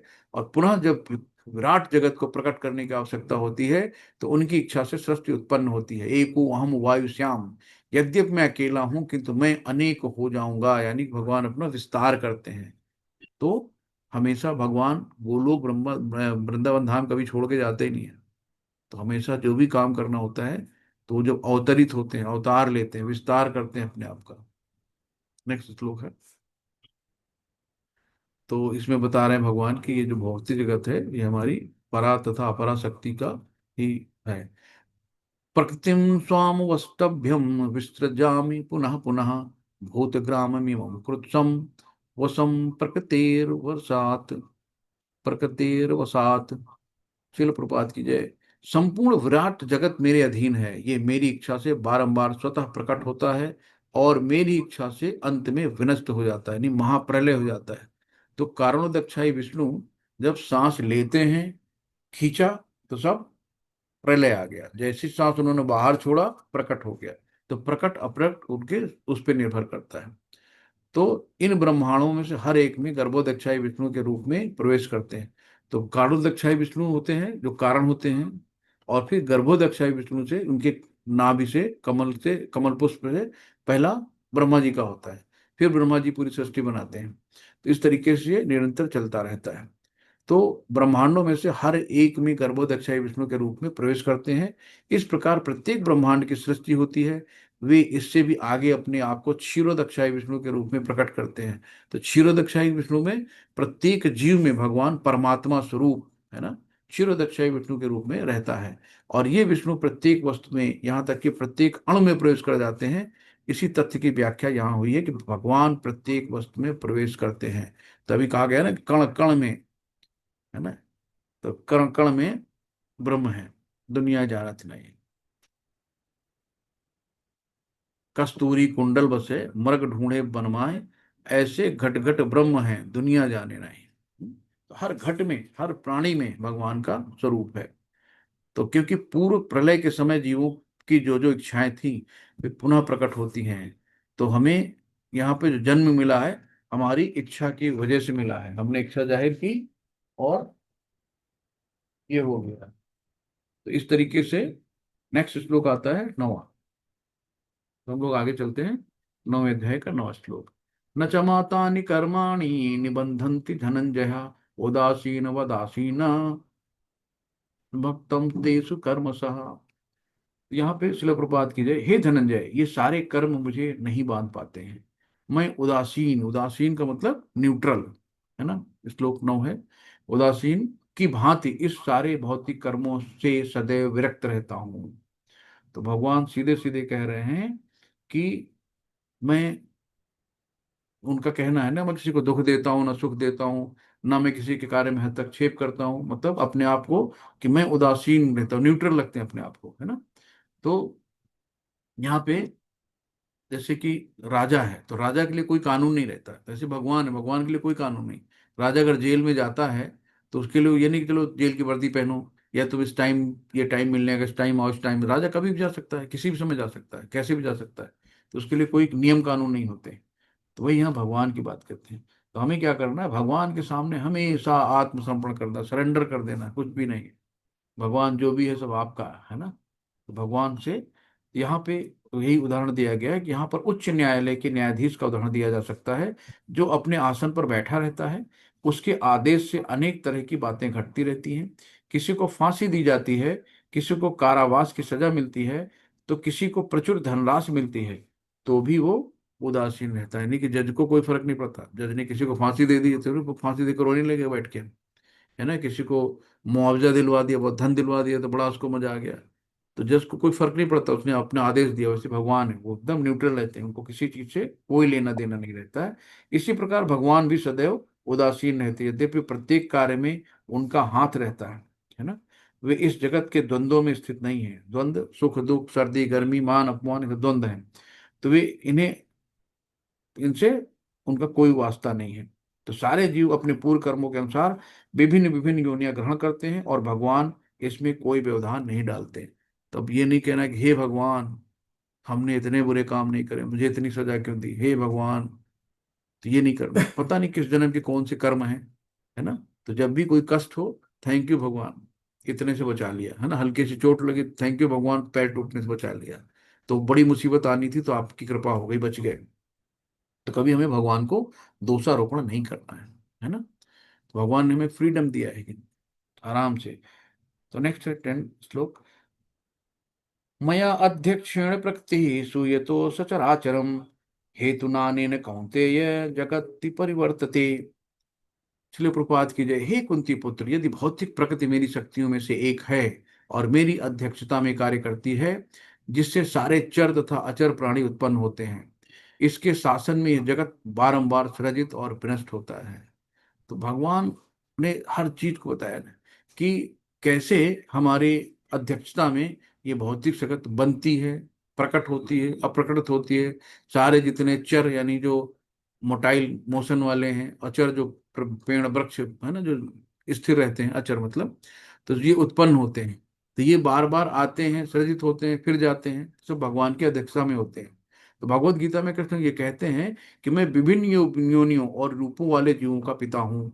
तो जिस तरह पिता बालक उत्पन्न करने के लिए माता के गर्भ में वीर स्थापित करता है, उसी प्रकार परमेश्वर अपनी चितवन मात्र से, यानी कि भगवान अगर दृष्टि डाल देते हैं, तो जैसे भगवान ने दृष्टि डाली तो प्रकट हो गए। तो जैसे भगवान की दृष्टि महातत्व पड़ती है, तो तुरंत वो 24 तत्व लेके ये जो तीनों गुण में आ जाते हैं, जो जिस गुण में होता है, सतोगुण, रजोगुण, तमोगुण, तो वैसे ही वो अपने कार्य में लग जाता है। तो भगवान चितवन मात्र से प्रकृति के गर्भ में जीवों को प्रविष्ट करा देते हैं और अपनी अंतिम इच्छाओं तथा कर्मों के अनुसार विभिन्न रूपों में योनियों में प्रकट होते हैं। तो जैसे हमारी अंतिम इच्छा थी वैसी हमें अगला जन्म मिलता है। तो वे अंतिम इच्छाओं तथा कर्मों के अनुसार विभिन्न रूपों तथा योनियों में प्रकट होते हैं। तो अतः भगवान इस जगत का प्रत्यक्ष रूप से में आसक्त नहीं होते। वे प्रकृति पर दृष्टिपात करते हैं और इस तरह प्रकृति क्रियाशील उठती है और तुरंत ही सारी वस्तुएं उत्पन्न हो जाती हैं। तो ऐसा ही संबंध भौतिक जगत तथा भगवान के बीच है। इसलिए परमेश्वर की अध्यक्षता के बिना प्रकृति कुछ भी नहीं कर सकती। तो भी भगवान समस्त कार्यों से पृथक रहते हैं। हरि बोल। नेक्स्ट 11 श्लोक है। तो अवजानन्ति मामूढ़ा मानुषी तनुमाश्रितम परम भावमजानन्तो मम भूत महेश्वरम। क्या बात है भगवान कि जब मैं मनुष्य रूप में अवतरित होता हूं, यानी कि भगवान अवतरित होते हैं ना, नीचे आते हैं, है ना, धरा पर आते हैं, वो अवतरित कहते हैं, ऊपर से नीचे उतरना अवतरित हो गया। तो मूर्ख मेरा उपहास करते हैं, है ना, वे मुझे परमेश्वर के दिव्य स्वभाव के नहीं जानते। तो जैसे दुर्योधन था, कहने ग्वाले को पकड़ लो, है ना, तो ये सब नहीं जानते। शिशुपाल था, हमेशा उनको उल्टा सीधा बोलता रहता था। तो वो मनुष्य के रूप में थे और ये सामने भगवान खड़े हैं, लेकिन वो लोग उनका उपहास कर रहे थे, नहीं जानते। लेकिन थैंक टू प्रभुपाद, उनकी बड़ी कृपा है। थैंक्स टू नामानिष्ठ दादा प्रभु जी, उनकी बड़ी कृपा है कि हम लोग मूर्ख होने से बच गए। हम लोग कम से कम आज इस क्लास में बैठे हैं, गीता पढ़ रहे हैं, समझ रहे हैं, भगवान के बारे में सुन रहे हैं। तो हम लोग कम से कम मूर्ख होने से बच गए, है ना। तो यदा यदा ही धर्मस्य ग्लानिर्भवति भवत भारत, जो भगवान कहते हैं ना, धर्म की हानि होती है ना, तब भगवान आते हैं अपने भक्तों को प्रसन्न करने के लिए, अपने भक्तों को खुश करने के लिए और जो असुरों का नाश करने के लिए। तो ब्रह्म संहिता में प्रमाण स्वरूप कहा गया है कि ईश्वर परम कृष्णा, यानी कि वही परमेश्वर है, कृष्ण ही परम नियंता है। ईश्वरम परम कृष्णा, तथा उनका शरीर सच्चिदानंद रूप है, अर्थात अभौतिक है, यानी आध्यात्मिक है। तो कृष्ण का शरीर सच्चिदानंद, सच्च चित आनंद, यानी कि उसमें ब्रह्म, परमात्मा और भगवान तीनों हैं। तो वे अनेक प्रकार से सामान्य पुरुष की भांति कर्म करते हैं, किंतु उनका शरीर सच्चिदानंद विग्रह के रूप में। इसकी पुष्टि वैदिक साहित्य में की गई। सच्चिदानंद रूपाय कृष्णा, यानी मैं भगवान कृष्ण को नमस्कार करता हूँ जो सच्चिदानंद रूप है। तमेव गोविंदम, आप इंद्रियों तथा गायों के आनंद स्वरूप गोविंद हैं। तो सच्चिदानंद विग्रह तथा आपका रूप सच्चिदानंद स्वरूप है। तो अलग अलग इसकी पुष्टि की गई है। तो कृष्ण का शरीर पूर्ण ज्ञान तथा आनंद का प्रतीक है। वे प्रत्येक वस्तु के स्वामी हैं और किसी को भी मुक्त प्रदान करने वाले हैं।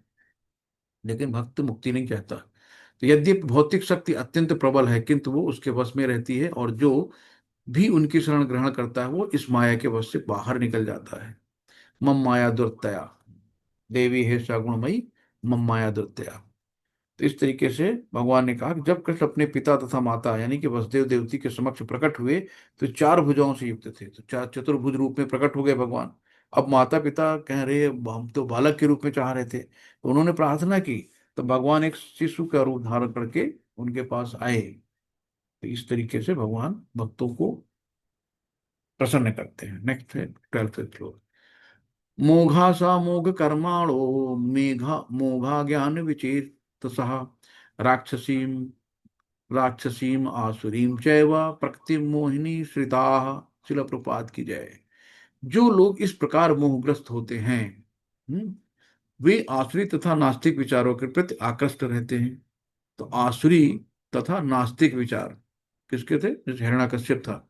इस मोहग्रस्त अवस्था में उनकी मुक्ति आशा, उनके सकाम कर्म और ज्ञान का अनुशीलन सभी निष्फल हो जाते हैं। इस तरीके से जो ऐसी आसुरी दुष्ट कभी भी कृष्ण की शरण में नहीं जाते। अतः परम सत्य तक पहुंचने के लिए उनकी मानसिक चिंतन उन्हें इस मिथ्या परिणाम को प्राप्त कराते हैं कि सामान्य जीव तथा कृष्ण एक समान है। ऐसी मिथ्या धारणा के कारण वे सोचते हैं कि अभी तो शरीर प्रकृति द्वारा केवल आच्छादित है, और जो ही व्यक्ति मुक्त होगा तो उसमें तथा ईश्वर में कोई अंतर नहीं रह जाता है ना। तो मायावादी लोग हैं, वो हमेशा कहते हैं, मंदिर में जाएंगे तो कहेंगे पहले आप भी गणेश जी हमारी तरह थे, और हमने कुछ कर्म अच्छे नहीं किए तो मनुष्य बन गए और आप देवता बन गए। अब हम भी अच्छे कर्म करेंगे, हम भी गणेश जी बन जाएंगे, है ना। तो हमेशा अपने आप को एक मानते हैं, तो भगवान से एकाकार होना चाहते हैं। ये मायावादी के बारे में बताया गया है। लेकिन भक्त कभी ऐसा नहीं सोचता, भक्त हमेशा भगवान की भक्ति के लिए परेशान रहता है। तो ऐसे व्यक्तियों के लिए वेदांत सूत्र तथा उपनिषद जैसे वैदिक वांग्यम के ज्ञान का अनुशीलन सदा निष्फल रहता है। अतः भगवान कृष्ण को सामान्य व्यक्ति मानना घोर अपराध है ना। जो ऐसा करते हैं वो निश्चित रूप से मोहग्रस्त रहते हैं, क्योंकि वे कृष्ण के शाश्वत रूप को नहीं समझ पाते। तो यहाँ पे फिर ब्रह्म दृष्टि स्मृति का कहा है कि जो कृष्ण के शरीर को भौतिक मानता है, उसे श्रुति तथा स्मृति के समस्त अनुष्ठानों से वंचित कर दिया जाता है। यदि कोई भूल से उनका मुंह देख ले तो उसे तुरंत गंगा स्नान करना चाहिए, उसे छूत दूर हो सके। जो लोग कृष्ण की हंसी उड़ाते हैं क्योंकि वे भगवान से ईर्ष्या करते हैं, तो ऐसे लोगों को देख के तुरंत भगवान कहते हैं गंगा नहा लो। ऐसे व्यक्तियों को सामने पड़े भी तो उनसे हट जाना चाहिए। नेक्स्ट श्लोक है, महात्मानस्तु महापार्थम दैवी प्रकृतिमाश्रिता भजन्त्यंत्यम मनसो ज्ञात्वा भूता दिव्य अव्ययम। चलिए प्रपात की जय। हे पार्थ, जो मोहयुक्त महात्मा जन दैवी प्रकृति के संरक्षण में रहते हैं, वे पूर्ण रूप भक्त में निगम रहते हैं, क्योंकि वे मुझे आदि तथा अविनाशी भगवान के रूप में जानते हैं। तो यहाँ पे क्या करना है कि हमें गुरु की शरण लेनी है। गुरु की शरण से राधा रानी की शरण में जाना है, राधा रानी की शरण से हमें भगवान के पास तक जाना है। तो महात्मा कौन है? जैसे माधवाचार्य जी है ना। माधवाचार्य जी जाके एक पेड़ के नीचे बैठ गए और 3 दिन से भूखे थे, कुछ खाया नहीं था, और सिर्फ भगवान का भजन कर रहे थे। तो भगवान खुद आए एक उसमें हांडी में दूध लेके, और भगवान जी को दे के गए। और बाद में भगवान ने उनसे कहा कि कैसा रहा दूध, तो उन्होंने करे, भगवान थे स्वयं, तो दौड़ के वहां गए, जो दूध की हंडिया थी उसको भी तोड़ तोड़ के खा गए। तो भगवान हर रूप में भक्तों की सहायता करते हैं, भगवान के पास आते हैं। तो जो भगवान को समझता है, भगवान उसको समझते हैं। तो महात्मा की कहा ना, महात्मा जन दैवी प्रकट के संरक्षक। तो महात्मा जन कौन है? ऐसे माधवाचार्य जैसे लोग हैं, है ना। और जो खीर चोर थे, उनके बारे में बताया गया। तो योग माया भगवान की दैवी शक्ति है।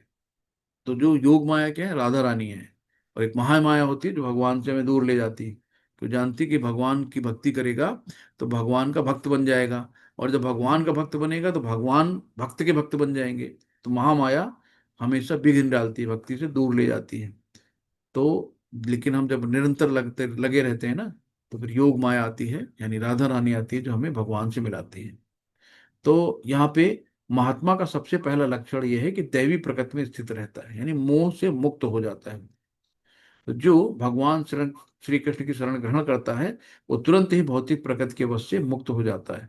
तो ज्यों ही कोई भगवान की शरणागत हो जाता है, वो भौतिक प्रकृति के वश से मुक्त हो जाता है। यही मूलभूत सूत्र है। तो इस प्रकार से जब कोई भगवान के शरणागत होता है तो उसे महात्मा पद की प्राप्त होती है। तो शुद्ध भक्तों की संगत से ही प्रगति होती है। भक्ति में हम लोग पूछते हैं भक्ति में प्रगति कैसे करें? सबसे है क्या? शुद्ध भक्तों की संगत करो। तो वे कृष्ण भावनामृत में केवल कृष्ण का ध्यान करते हैं, वे कृष्ण भावनामृत में निरंतर भगवान का अविचल सेवा में लगे रहते हैं। नेक्स्ट है 14 श्लोक, सततम कीर्तयन्तो माम यत्तंतं च दृढ़व्रता नमस्तस्य मां भक्त्या नित्य युक्ता उपासते। चलो प्रपात की जय। ये महात्मा मेरी भक्ति का नित्य कीर्तन करते हुए जो है, नित्य कीर्तन करते हुए दृढ़ संकल्प के साथ प्रयास करते हुए मुझे नमस्कार करते हैं, भक्ति भाव से निरंतर मेरी पूजा करते हैं। जैसे लोग प्रभुपाद जी जब संन्यास ले लिया उन्होंने, तो एक ही काम था, नित्य कीर्तन करते हुए दृढ़ संकल्प के साथ, है ना, दृढ़ संकल्प किया कि मुझे गुरु ने कहा है कि मुझे जाना है, हिप्पियों को हैप्पी बनाना है। तो उनको 2 हार्ट अटैक भी हुए, तब भी विचलित नहीं हुए, इतना दृढ़ संकल्प के साथ पूरा प्रयास किया, है ना। और भगवान को प्रणाम नमस्कार करते हुए पूरे रूप से भक्ति भाव में निरंतर भगवान की पूजा करते हुए आज पूरे वर्ल्ड में 120 मंदिर बनवा दिए, है ना। इतना बड़ा जो एक आंदोलन शुरू कर दिया, हरे कृष्णा, जहां देखो अच्छा हरे कृष्णा वाले आ रहे हैं, हरे कृष्णा वाले आ रहे हैं, है ना। आज हर कोई व्यक्ति जानता है कि वो तिलक लगा के निकल जाओ तो तुरंत उनके आपका तिलक देख के उनके मुंह से भगवान का नाम निकल जाता है। ऐसे महात्मा होते हैं, इनको कहा गया महात्मा। तो महात्मा सदैव भगवान कृष्ण के गुणों का कीर्तन करता है, उसके पास कोई दूसरा कार्य नहीं रहता। वो सदैव कृष्ण के गुणगान में व्यस्त रहता है। दूसरे शब्दों में वो निर्विशेषवादी नहीं होता है।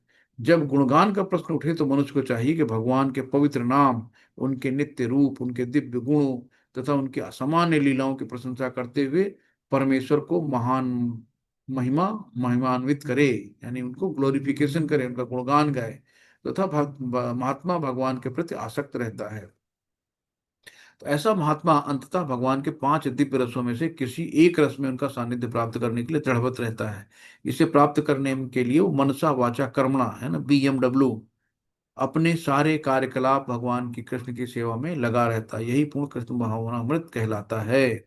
तो प्रत्येक एकादशी को, है ना, क्या रहते हैं, दृढ़वत कैसे रहते हैं, प्रत्येक एकादशी को भगवान के आविर्भाव दिवस यानी जन्माष्टमी।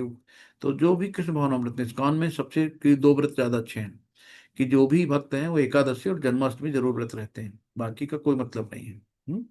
तो फलता उनके लिए वांछित फल की प्राप्ति निश्चित रहती है। तो ये भी बताया गया है कि भक्ति न केवल सरल अपितु इससे सुखपूर्ण, भक्ति को बहुत सरल से किया जा सकता है, सुखपूर्वक किया जा सकता है। कैसे? मनुष्य सक्षम गुरु के निर्देश में इस जीवन को गृहस्थ, सन्यासी या ब्रह्मचारी रहते हुए भक्ति में बिता सकता है। ये नहीं कि हमें ब्रह्मचारी बन जाना, हमें घर द्वार छोड़ देना, हमें सन्यास ले लेना, नहीं। आप गृहस्थ जीवन में रह के भी गुरु के निर्देश में आराम से भक्ति कर सकते हैं सुखपूर्वक। जो संसार में किसी भी अवस्था में कहीं भी भगवान की भक्ति करके वास्तव में महात्मा बन सकता है। घर पे बैठ के भी आप महात्मा बन सकते हो, है ना।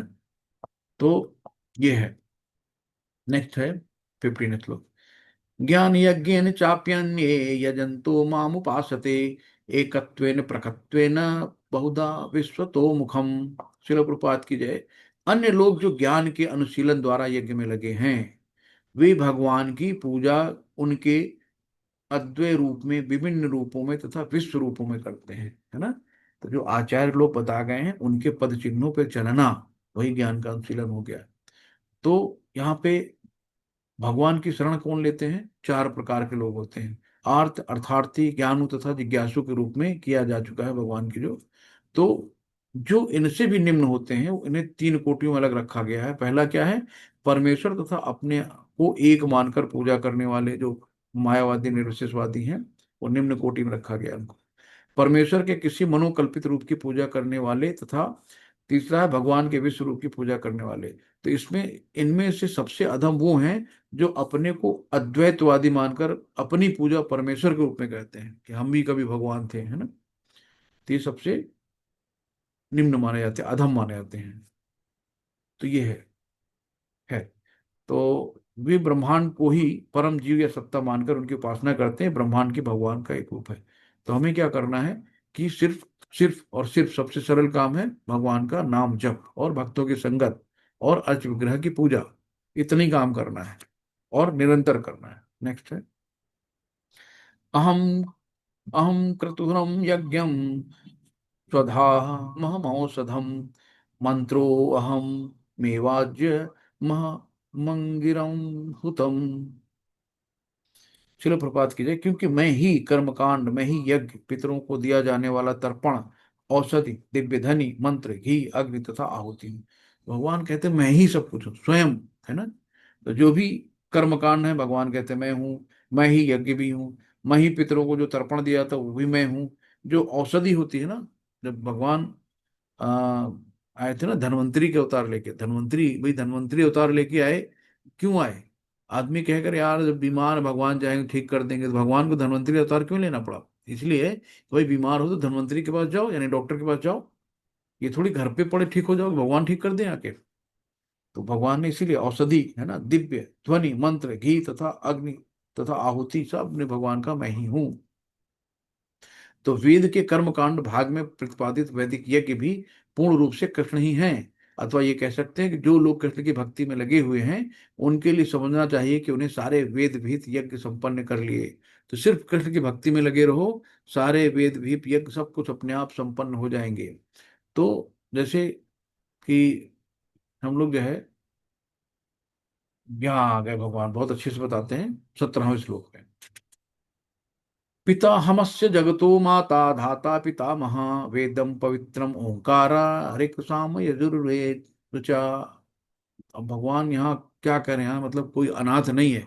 आदमी कहते हैं भैया वो अनाथ है, नहीं भाई। भगवान क्या कह रहे हैं शिल प्रपात की जय, कि मैं इस ब्रह्मांड का पिता, है ना, पूरे ब्रह्मांड का पिता, माता, आश्रय तथा पिता मैं है। मैं ज्ञेय यानी कि जानने योग्य हूँ, शुद्ध कर्ता तथा ओंकार, है ना, वेद मंत्र में जो सबसे पहले आता है शब्द क्या है, ओंकार। तो शुद्ध कर्ता तथा ओंकार हूँ। मैं ऋग्वेद, सामवेद तथा यजुर्वेद भी हूँ। तो यहाँ पे देखो तीन वेद दिए हैं, एक और होता है वेद। तो यजुर्वेद से यानी कि एक अथर्ववेद होता है। तो यजुर्वेद की कड़ी है उसको निकाल दिया गया, वैसे तीन होते हैं, उसको चार बना दिया गया था। उसमें अलग से औषधि के बारे में वर्णन किया गया है। तो ये चीजें हैं यहाँ पे, सब चीजें भगवान ने एक एक करके बताई कि यहाँ पे कोई अनाथ नहीं है, क्योंकि भगवान ने कह दिया कि मैं ही इस ब्रह्मांड का पिता, माता, आश्रय, पितामह हूँ, सब कुछ भगवान है। तो इस दृष्टि से ये जीव जो हमारे माता पिता आदि प्रतीत होते हैं, वे कृष्ण के अतिरिक्त कुछ नहीं हैं। तो यहाँ सबसे वस्तुतः कोई भी जीव कृष्ण का अंश होने के कारण कृष्ण है। तो कृष्ण का अंश है ना, तो वो भी कृष्ण है। तो यहाँ पे हम लोग, फिर वही बात आती है, लेकिन हम लोग गुणात्मक रूप में सेम हैं, क्योंकि आत्मा और परमात्मा दोनों आध्यात्मिक हैं। तो गुणात्मक रूप में हम लोग एकदम सेम हैं, लेकिन जहाँ मात्रात्मक रूप में आती है वहां भिन्न है। जैसे कि समुद्र का एक बूंद, समुद्र, है ना, तो दोनों में गुण सेम है लेकिन मात्रा अलग है। इस तरीके से हम लोग भगवान से मात्रात्मक रूप में अलग हैं। तो समस्त वैदिक मंत्रों में ओम शब्द जिसे प्रणव कहा जाता है, एक दिव्य ध्वनि कंपन है, और ये कृष्ण है। तो जो बहुत से लोग कहते हैं ना कि सिर्फ उस पे आते हैं, ओम पे ही आते हैं। तो ओम क्या है, ओम जैसे ओम से भगवान के जो कृष्ण है ना, उनकी दिव्य ध्वनि कंपन है, और वो भी कृष्ण ही है। तो चूंकि चारों वेद, ऋग्वेद, यजुर्वेद, सामवेद, अथर्ववेद में प्रणव या ओंकार प्रधान है, अतः इसे कृष्ण समझना चाहिए। बहुत से लोग कहते हैं कि यहाँ पे ओम तो है ही नहीं, लेकिन जो हरे कृष्णा महामंत्र है वो भी ओम का ही है इसमें। तो ये जो ज्ञान है ना, श्रुति यानी कि सुनने से आया, बाद में वेद व्यास जी ने लिखा इसको। तो पहले क्या था, लोग सुन के सब स्मरण कर लेते थे, एक बार सुन लिया याद हो गया। लेकिन कलयुग में हमारी मंद बुद्धि, मंद गति है, तो याद ही नहीं रहेगा कुछ। तो भगवान ने, वेद व्यास भी जो क्या है, भगवान के अवतारी हैं, तो वेद व्यास जी ने फिर लिखा इसको कि ये लिख दो, तो कलयुग में हम लोगों के काम आएगा। तो जिसमें आज हम लोग उसका फायदा उठाते हैं, लिखा ही नहीं होता तो कैसे होता। नेक्स्ट 18 है, सेकंड लास्ट है। गतिर्भर्ता प्रभु साक्षी, निवासम शरणम सुहृद, प्रभो प्रलम स्थानम निधानम बीजम अव्ययम। शिल प्रपात की जय। मैं ही लक्ष्य, पालन करता, स्वामी, साक्षी, धाम, शरणस्थली तथा अत्यंत प्रिय मित्र हूँ। मैं ही सृष्टि का तथा प्रलय, सबका आधार, आश्रय तथा अविनाशी बीज हूँ। भगवान ने यहाँ पे 18वें श्लोक में यही सब बताया है कि सब कुछ मैं ही हूं। तो जो कृष्ण को नहीं जानता वो पथभ्रष्ट होता है ना। तो सारे लोग कृष्ण की ही सृष्टि होने के कारण हैं। तो कृष्ण है और नहीं भी हैं।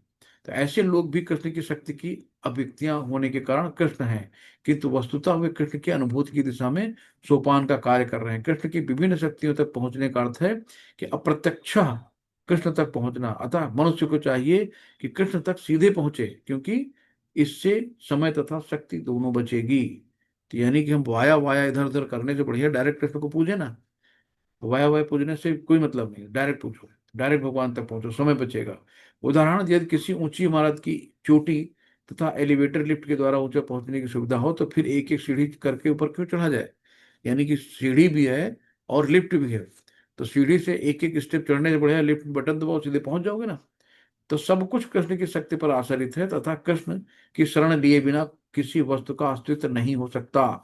प्रत्येक जीव के हृदय में स्थित होने के कारण कृष्ण परम साक्षी हैं, है ना। हम जो भी अच्छा बुरा जो भी करते हैं, सब भगवान उसके साक्षी हैं। भगवान हमें कभी ये नहीं करते कि तुम ये गलत कर रहे हो, अच्छा कर रहे हो। भगवान ने कहा मैंने तुमको बुद्धि दे दी है, अब अच्छा बुरा तुम जानो, तुम्हारा काम जाने। बस भगवान साक्षी रहते हैं। तो मनुष्य को चाहिए कि अपनी रक्षा एवं अपने कष्टों के विनाश के लिए कृष्ण की शरण ग्रहण करे।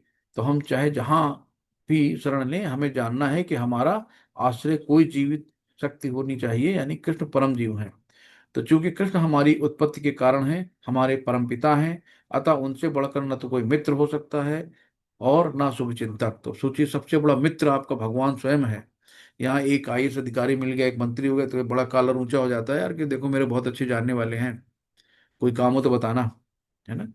तो भगवान यहाँ स्वयं कहते हैं कि मैं, जो मेरा भक्त है, मैं उसका मित्र हूँ और शुभचिंतक भी हूँ। तो कृष्ण सृष्टि के आदि उद्गम है और प्रलय के पश्चात परम विश्राम स्थल है। अतः कृष्ण सभी कारणों के शाश्वत कारण हैं। तो ये है। नेक्स्ट 19 है, तपाम्यहम वर्ष निगृणम् उत्सृजामि च अमृतम चैव मृत्युश्च सदश्चार्य अहम अर्जुन। हे अर्जुन, मैं ही ताप प्रदान करता हूँ, है ना। ताप यानी कि जो सूर्य के भगवान के नेत्र हैं, ताप। और वर्षा को रोकता हूँ और लाता भी हूँ, यानी मैं अमृत हूँ। है, गोलोक वृंदावन धाम में भगवान रहते हैं ना, मैं अमृत हूँ और साक्षात मृत्यु भी हूँ, यानी काल भी भगवान ही है। और आत्मा तथा पदार्थ यानी सत तथा असत। सत क्या है? जो अविनाशी है, आत्मा है, जिसका कभी क्षय नहीं होता है, अक्षय है। और असत क्या है? जो भौतिक पदार्थ है ना, जिसका नाश होता है, उसको सत कहते। सत असत दोनों अलग है। तो सत आध्यात्मिक है और असत भौतिक है। तो दोनों मुझ में ही है ना। तो अमृत क्या है? कि जो नित्य रहने वाला, हमेशा गोलोक वृंदावन धाम में नित्य रहते हैं ना भगवान। नेक्स्ट है, त्रैविद्याम सोपाम सोमपाम पूत, त्रैविद्याम सोमपाम पूत पापा यज्ञैरिष्ट्वा स्वर्गन्ति प्राप्यन्ते ते पुण्यमासाद्य सुरेंद्र लोकम अस्यन्ति दिव्यान दिवि देव भोगान। तो यहाँ पे भगवान बता रहे हैं कि देवताओं की जैसे पूजा बार बार आ जाता है, तो जो वेदों का अध्ययन करते हैं तथा सोमरस का पान करते हैं, वे स्वर्ग की प्राप्ति की गवेषणा करते हुए अप्रत्यक्ष रूप से मेरी पूजा करते हैं। यानी कि जो देवताओं की भी पूजा करते हैं, अध्ययन वेदों का अध्ययन करते हुए, तो अप्रत्यक्ष रूप से भगवान कहते हैं कि मेरी ही पूजा करते हैं। यहाँ गवेषणा का मतलब है इच्छा, है ना। वे पाप कर्मों से शुद्ध होकर इंद्र के पवित्र स्वर्गिक धाम में जन्म लेते हैं, जहां वे देवताओं सा आनंद भोगते हैं। तो देवताओं की पूजा करेंगे तो देवलोक तक जाएंगे, पितरों की पूजा करेंगे तो पितरों तक जाएंगे। तो भगवान यही कहते हैं कि जो वेदों का अध्ययन करते हैं और बहुत विधि विधान से पुण्य कर्म करते हैं, तो क्या करते हैं कि स्वर्ग लोक तक जाते हैं। यानी कि भौतिक इच्छा लेकर हम लोग देवी देवताओं को पूजा करते हैं, भाई अच्छा सा पति मिल जाए, अच्छा बच्चा मिल जाए, बच्चे को नौकरी मिल जाए, मेरा अच्छा घर मिल जाए। तो देवी देवताओं की पूजा करके हम लोग देवलोक तक जाते हैं। तो वेदों का अध्ययन जो होता है, वेदों का उद्देश्य क्या है? भगवान को जानना। तो हम वेदों को इसलिए पढ़ते हैं कि भगवान के बारे में जाने। तो दुर्भाग्यवश वेदों के ऐसे अनेक पंडित हैं जिन जो उनके अध्ययन के चरम लक्ष्य को नहीं समझते। तो इसलिए कृष्ण अपने को त्रिवेदियों के लिए परम लक्ष्य घोषित करते हैं। वास्तविक त्रिवेदी भगवान के चरण कमलों की शरण ग्रहण करते हैं और भगवान को प्रसन्न करने के लिए उनकी शुद्ध भक्ति होती है। तो भक्ति का सूत्र पात्र क्या है?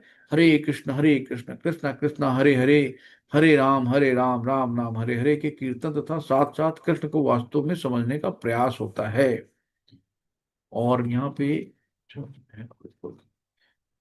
21 है कि ते तम भुक्तो स्वर्गलोकम विशालम क्षीणे पुण्यमर्त्य लोकम विशन्ति एवं त्रिधर्मनु प्रपन्ना गता गतम काम कामा लभन्ते।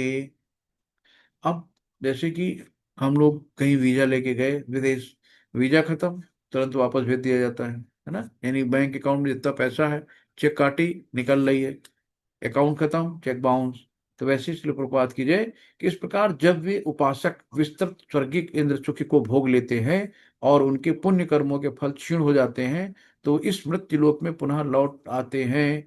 इस प्रकार जो तीनों वेदों के सिद्धांतों में दृढ़ रहकर इंद्रिय सुख की गवेषणा करते हैं, यानी इच्छा करते हैं, उन्हें जन्म मृत्यु का चक्र मिल पाता है। यानी कि हाँ, जब यहाँ पर टेम्परेरी है जन्म चक्र का, तो हमें ये ध्यान रखना है कि पुण्य कर्मों के फलों के क्षीण होने पे पुनः इस पृथ्वी पर भेज दिया जाता है। अच्छा तो होगा कि सच्चिदानंदमय जीवन भोगने के लिए वैकुंठ लोक की प्राप्ति की जाए, क्योंकि वहां से इस दुखमय संसार में लौटना नहीं पड़ता। हरि बोल। और ये बहुत अच्छा इंपॉर्टेंट श्लोक है। अनन्याश्रित अनन्या अनन्यासिचन्त्यन्तो माम ये जना पर्युपासते तेषां नित्यभुक्तानां योगक्षेमोऽहम्यहम्। शिल प्रपात की जय। योगक्षेमोऽहम्यहम् देखा है एलआईसी में स्लोगन लिखा रहता है, यानी कि जो कहते हैं कि जो आपकी आवश्यकताएं हैं मैं उनको पूरा करता हूँ, और जो आपके पास है उसकी मैं रक्षा करता हूँ, ये भगवान कहते हैं। तो यहाँ पे अनन्य भक्ति योग है, श्लोक 22 और से लेके आगे तक।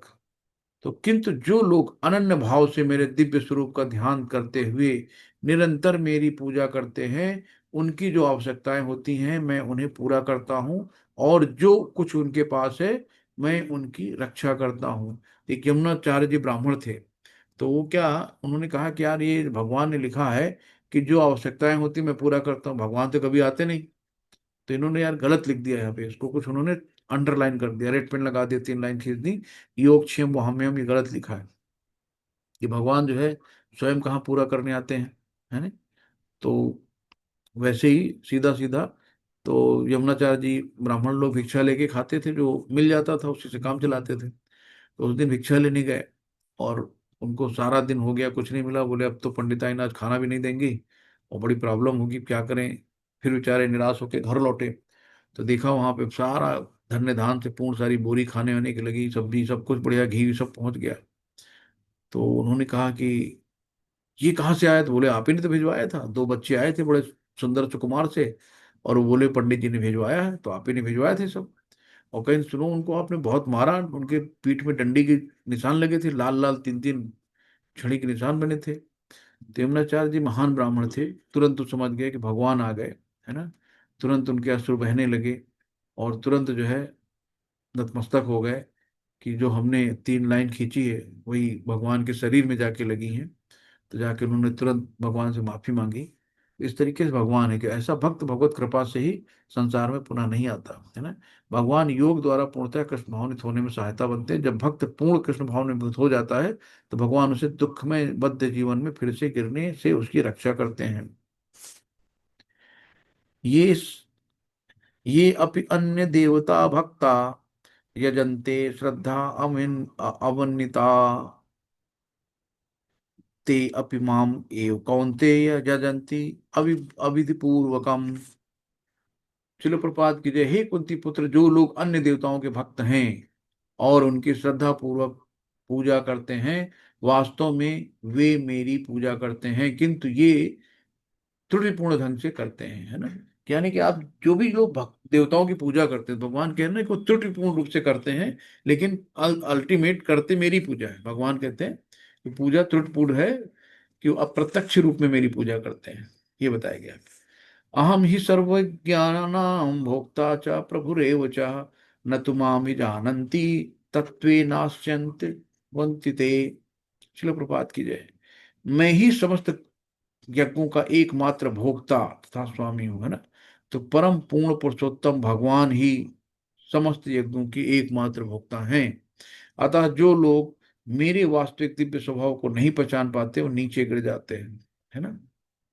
तो भगवान कहते हैं कि मैं समस्त यज्ञों का भोक्ता हूं, क्योंकि मैं परम प्रभु हूं। किंतु अल्पज्ञ इस तथ्य से अवगत न होने के कारण क्षणिक लाभ के लिए देवताओं को पूजते हैं। अतः वे संसार में आकर गिरते हैं और उन्हें जीवन का लक्ष्य प्राप्त नहीं होता। तो यदि किसी को अपनी भौतिक इच्छाओं की पूर्ति करनी है तो अच्छा यही होगा कि वो इसके लिए परमेश्वर से प्रार्थना करे, है ना। यद्यपि ये शुद्ध भक्ति नहीं है कि आप जो है कुछ मांगो भगवान से, है ना, और इस प्रकार से उसे वांछित फल प्राप्त होगा। तो यहाँ पे भगवान ने फिर बोला है, यान्ति देववता यान्ति देव प्रत्यांति पितृता भूतानि यान्ति भूतेज्या यान्ति मध्योजनिम इमाम। तो यहाँ पे सब टेम्परेरी हैं, है नहीं। जो देवताओं की पूजा करते हैं वे देवताओं के बीच में जन्म लेते हैं, जो पितरों को पूजते हैं वो पितरों के पास जाते हैं, जो भूत प्रेतों की उपासना करते हैं वे उन्हीं के बीच जन्म लेते हैं, और जो मेरी पूजा करते हैं वे मेरे साथ निवास करते हैं। तो भगवान ने कहा कि जो मेरे साथ, यानी कि अगर भगवान के यहाँ का वीजा ले लिया ना तो फिर रिन्यूअल करने की जरूरत नहीं है, बाकी तो हर जगह रिन्यूअल हो जाएगा। तो जो जहाँ की टिकट लेंगे कलकत्ता के लिए कलकत्ता जाएंगे, लखनऊ के लिए लखनऊ के आएंगे, दिल्ली के लिए वहीं जाएंगे ना, जहाँ की टिकट होगी वहीं तक जाएंगे। इसी तरह शुद्ध भक्त केवल भगवान की पूजा करके निसंदेह वैकुंठ लोक तथा कृष्ण लोक की प्राप्ति करता है। तो यह थी कि जो, और क्या है कि केवल हरे कृष्ण मंत्र के जाप से ही मनुष्य सिद्ध हो सकता है और भगवत धाम को वापस जा सकता है। सिंपल एक माला लो, हरे कृष्ण कृष्ण कृष्ण हरे हरे, हरे राम राम राम हरे हरे, जपते हुए सीधे भगवत लोक को जाओ, है ना, कोई ऑब्स्ट्रक्शन नहीं है। यहाँ भगवान ने बहुत सरल विधि बता दी। पत्रम पुष्पम फलम तोयम यो मे भक्त्या प्रवक्षति तदम भक्त्योप्यस्म्यामि प्रेतात्मनः। तिल प्रपात की जय। यदि कोई प्रेम तथा भक्ति के साथ मुझे पत्र पुष्प फल या जल प्रदान करता है तो मैं उसे स्वीकार करता हूँ, है ना। तो बहुत ज्यादा भगवान ये नहीं कहते हैं कि आप बहुत ज्यादा आपको शास्त्रों का ज्ञान है, बहुत ज्यादा आप जो है ज्ञानी हैं, या बहुत आपने क्या नाम पूजा अर्पण की है। भगवान स्वयं इतने दयालु हैं, इतने सरल हैं कि उनको कोई फल भी दे दे, एक पत्र भी दे दे, पुष्प भी दे दे, थोड़ा सा जल भी अर्पण कर दे, तो भी भगवान सहज स्वीकार करते हैं। तो कृष्ण को केवल प्रेमा भक्ति चाहिए और कुछ भी नहीं चाहिए। भगवान केवल भक्ति प्रेम से चाहते हैं। कृष्ण को अपने शुद्ध भक्तों से एक छोटा सा फूल तक ग्रहण करते हैं ना, कुछ भी। तो भक्ति ही कृष्ण के पास पहुंचने का एकमात्र साधन है। तो कृष्ण के पास हम कैसे पहुंच सकते हैं? सिर्फ भक्ति के द्वारा, और कोई साधन नहीं है। तो भक्ति कभी हेतुकी नहीं होती है ना। तो ये शाश्वत विधि है, ये परम ब्रह्म की सेवा में प्रत्यक्ष कर्म है। तो जिसने जिसकी उन्हें इच्छा ना हो या उन्होंने न मांगी हो, इस प्रकार कृष्ण को मांस मछली अंडे भेंट नहीं किए जाने चाहिए ना। जो हम भगवान को खिला सकते हैं वही हम खा सकते हैं। यदि उन्हें वस्तुओं की इच्छा होती है तो इसका उल्लेख करते हैं। उल्टे वे स्पष्ट आदेश देते हैं कि उन्हें पत्र पुष्प जल तथा फल अर्पित किए जाए और वे इन्हें स्वीकार करेंगे, है ना। तो भगवान ने स्वयं बोला है। तो यहाँ पे अलग अलग चीजों को बताया कि भोजन बनाने, सेवा करने तथा भेंट करने में जो सबसे मुख्य बात रहती है वो है कृष्ण के प्रेम व कर्म करना। तो जब भी हम खाना बनाएं, भगवान का भोग लगाने के लिए प्रसादम बनाएं, तो हम उनके अंदर कितना भाव ला सकते हैं। मार्केट से जाते हैं ना, आज हम अपने कृष्णा को ये खिलाएंगे, आज हम अपने कृष्णा को ये लाए हैं, कृष्णा के लिए ये लेके जा रहे हैं। तो अपने भोग के लिए नहीं लाना है, कृष्ण के लेके जाना, तो वो प्रसाद बन जाएगा। तो जो भी काम करना है हम अपने कृष्ण के लिए कर रहे हैं, कृष्ण को रिझाने के लिए कर रहे हैं। यत् करोसि यदनासि यज्जुहोसि ददाति यत् यत् परस्ति कौन्तेय तत्कुरुस्व मदर्पणम। भगवान कहते हैं यहाँ पे सीधे से वही चीज कि हे कुंती पुत्र, जो तुम कुछ करते हो, जो तुम कुछ खाते हो, जो कुछ अर्पित करते हो या दान देते हो, और जो भी तपस्या करते हो, मुझे अर्पित करते हुए करो। तो भगवान को सेंटर में रख के हर काम करना है, भगवान को अलग नहीं करना है। किसी भी जो भी काम करो हमेशा भगवान का नाम लेके करो। तो यदि कोई 24 घंटे हरे कृष्ण का जप अपनी माला में करे तो निश्चित रूप से महानतम ध्यानी तथा योगी है, जिसकी पुष्ट भगवत गीता के 6 अध्याय में की गई थी। तो नेक्स्ट है शुभाशुभ फल एवं मोक्ष से कर्म बंधन संन्यास योग युक्तात्मा विमुक्त माम उपैस्यसि। शिल प्रपात की जय। कि इस तरह तुम कर्म के बंधन तथा शुभाशुभ फलों से मुक्त हो सकोगे। किस तरह?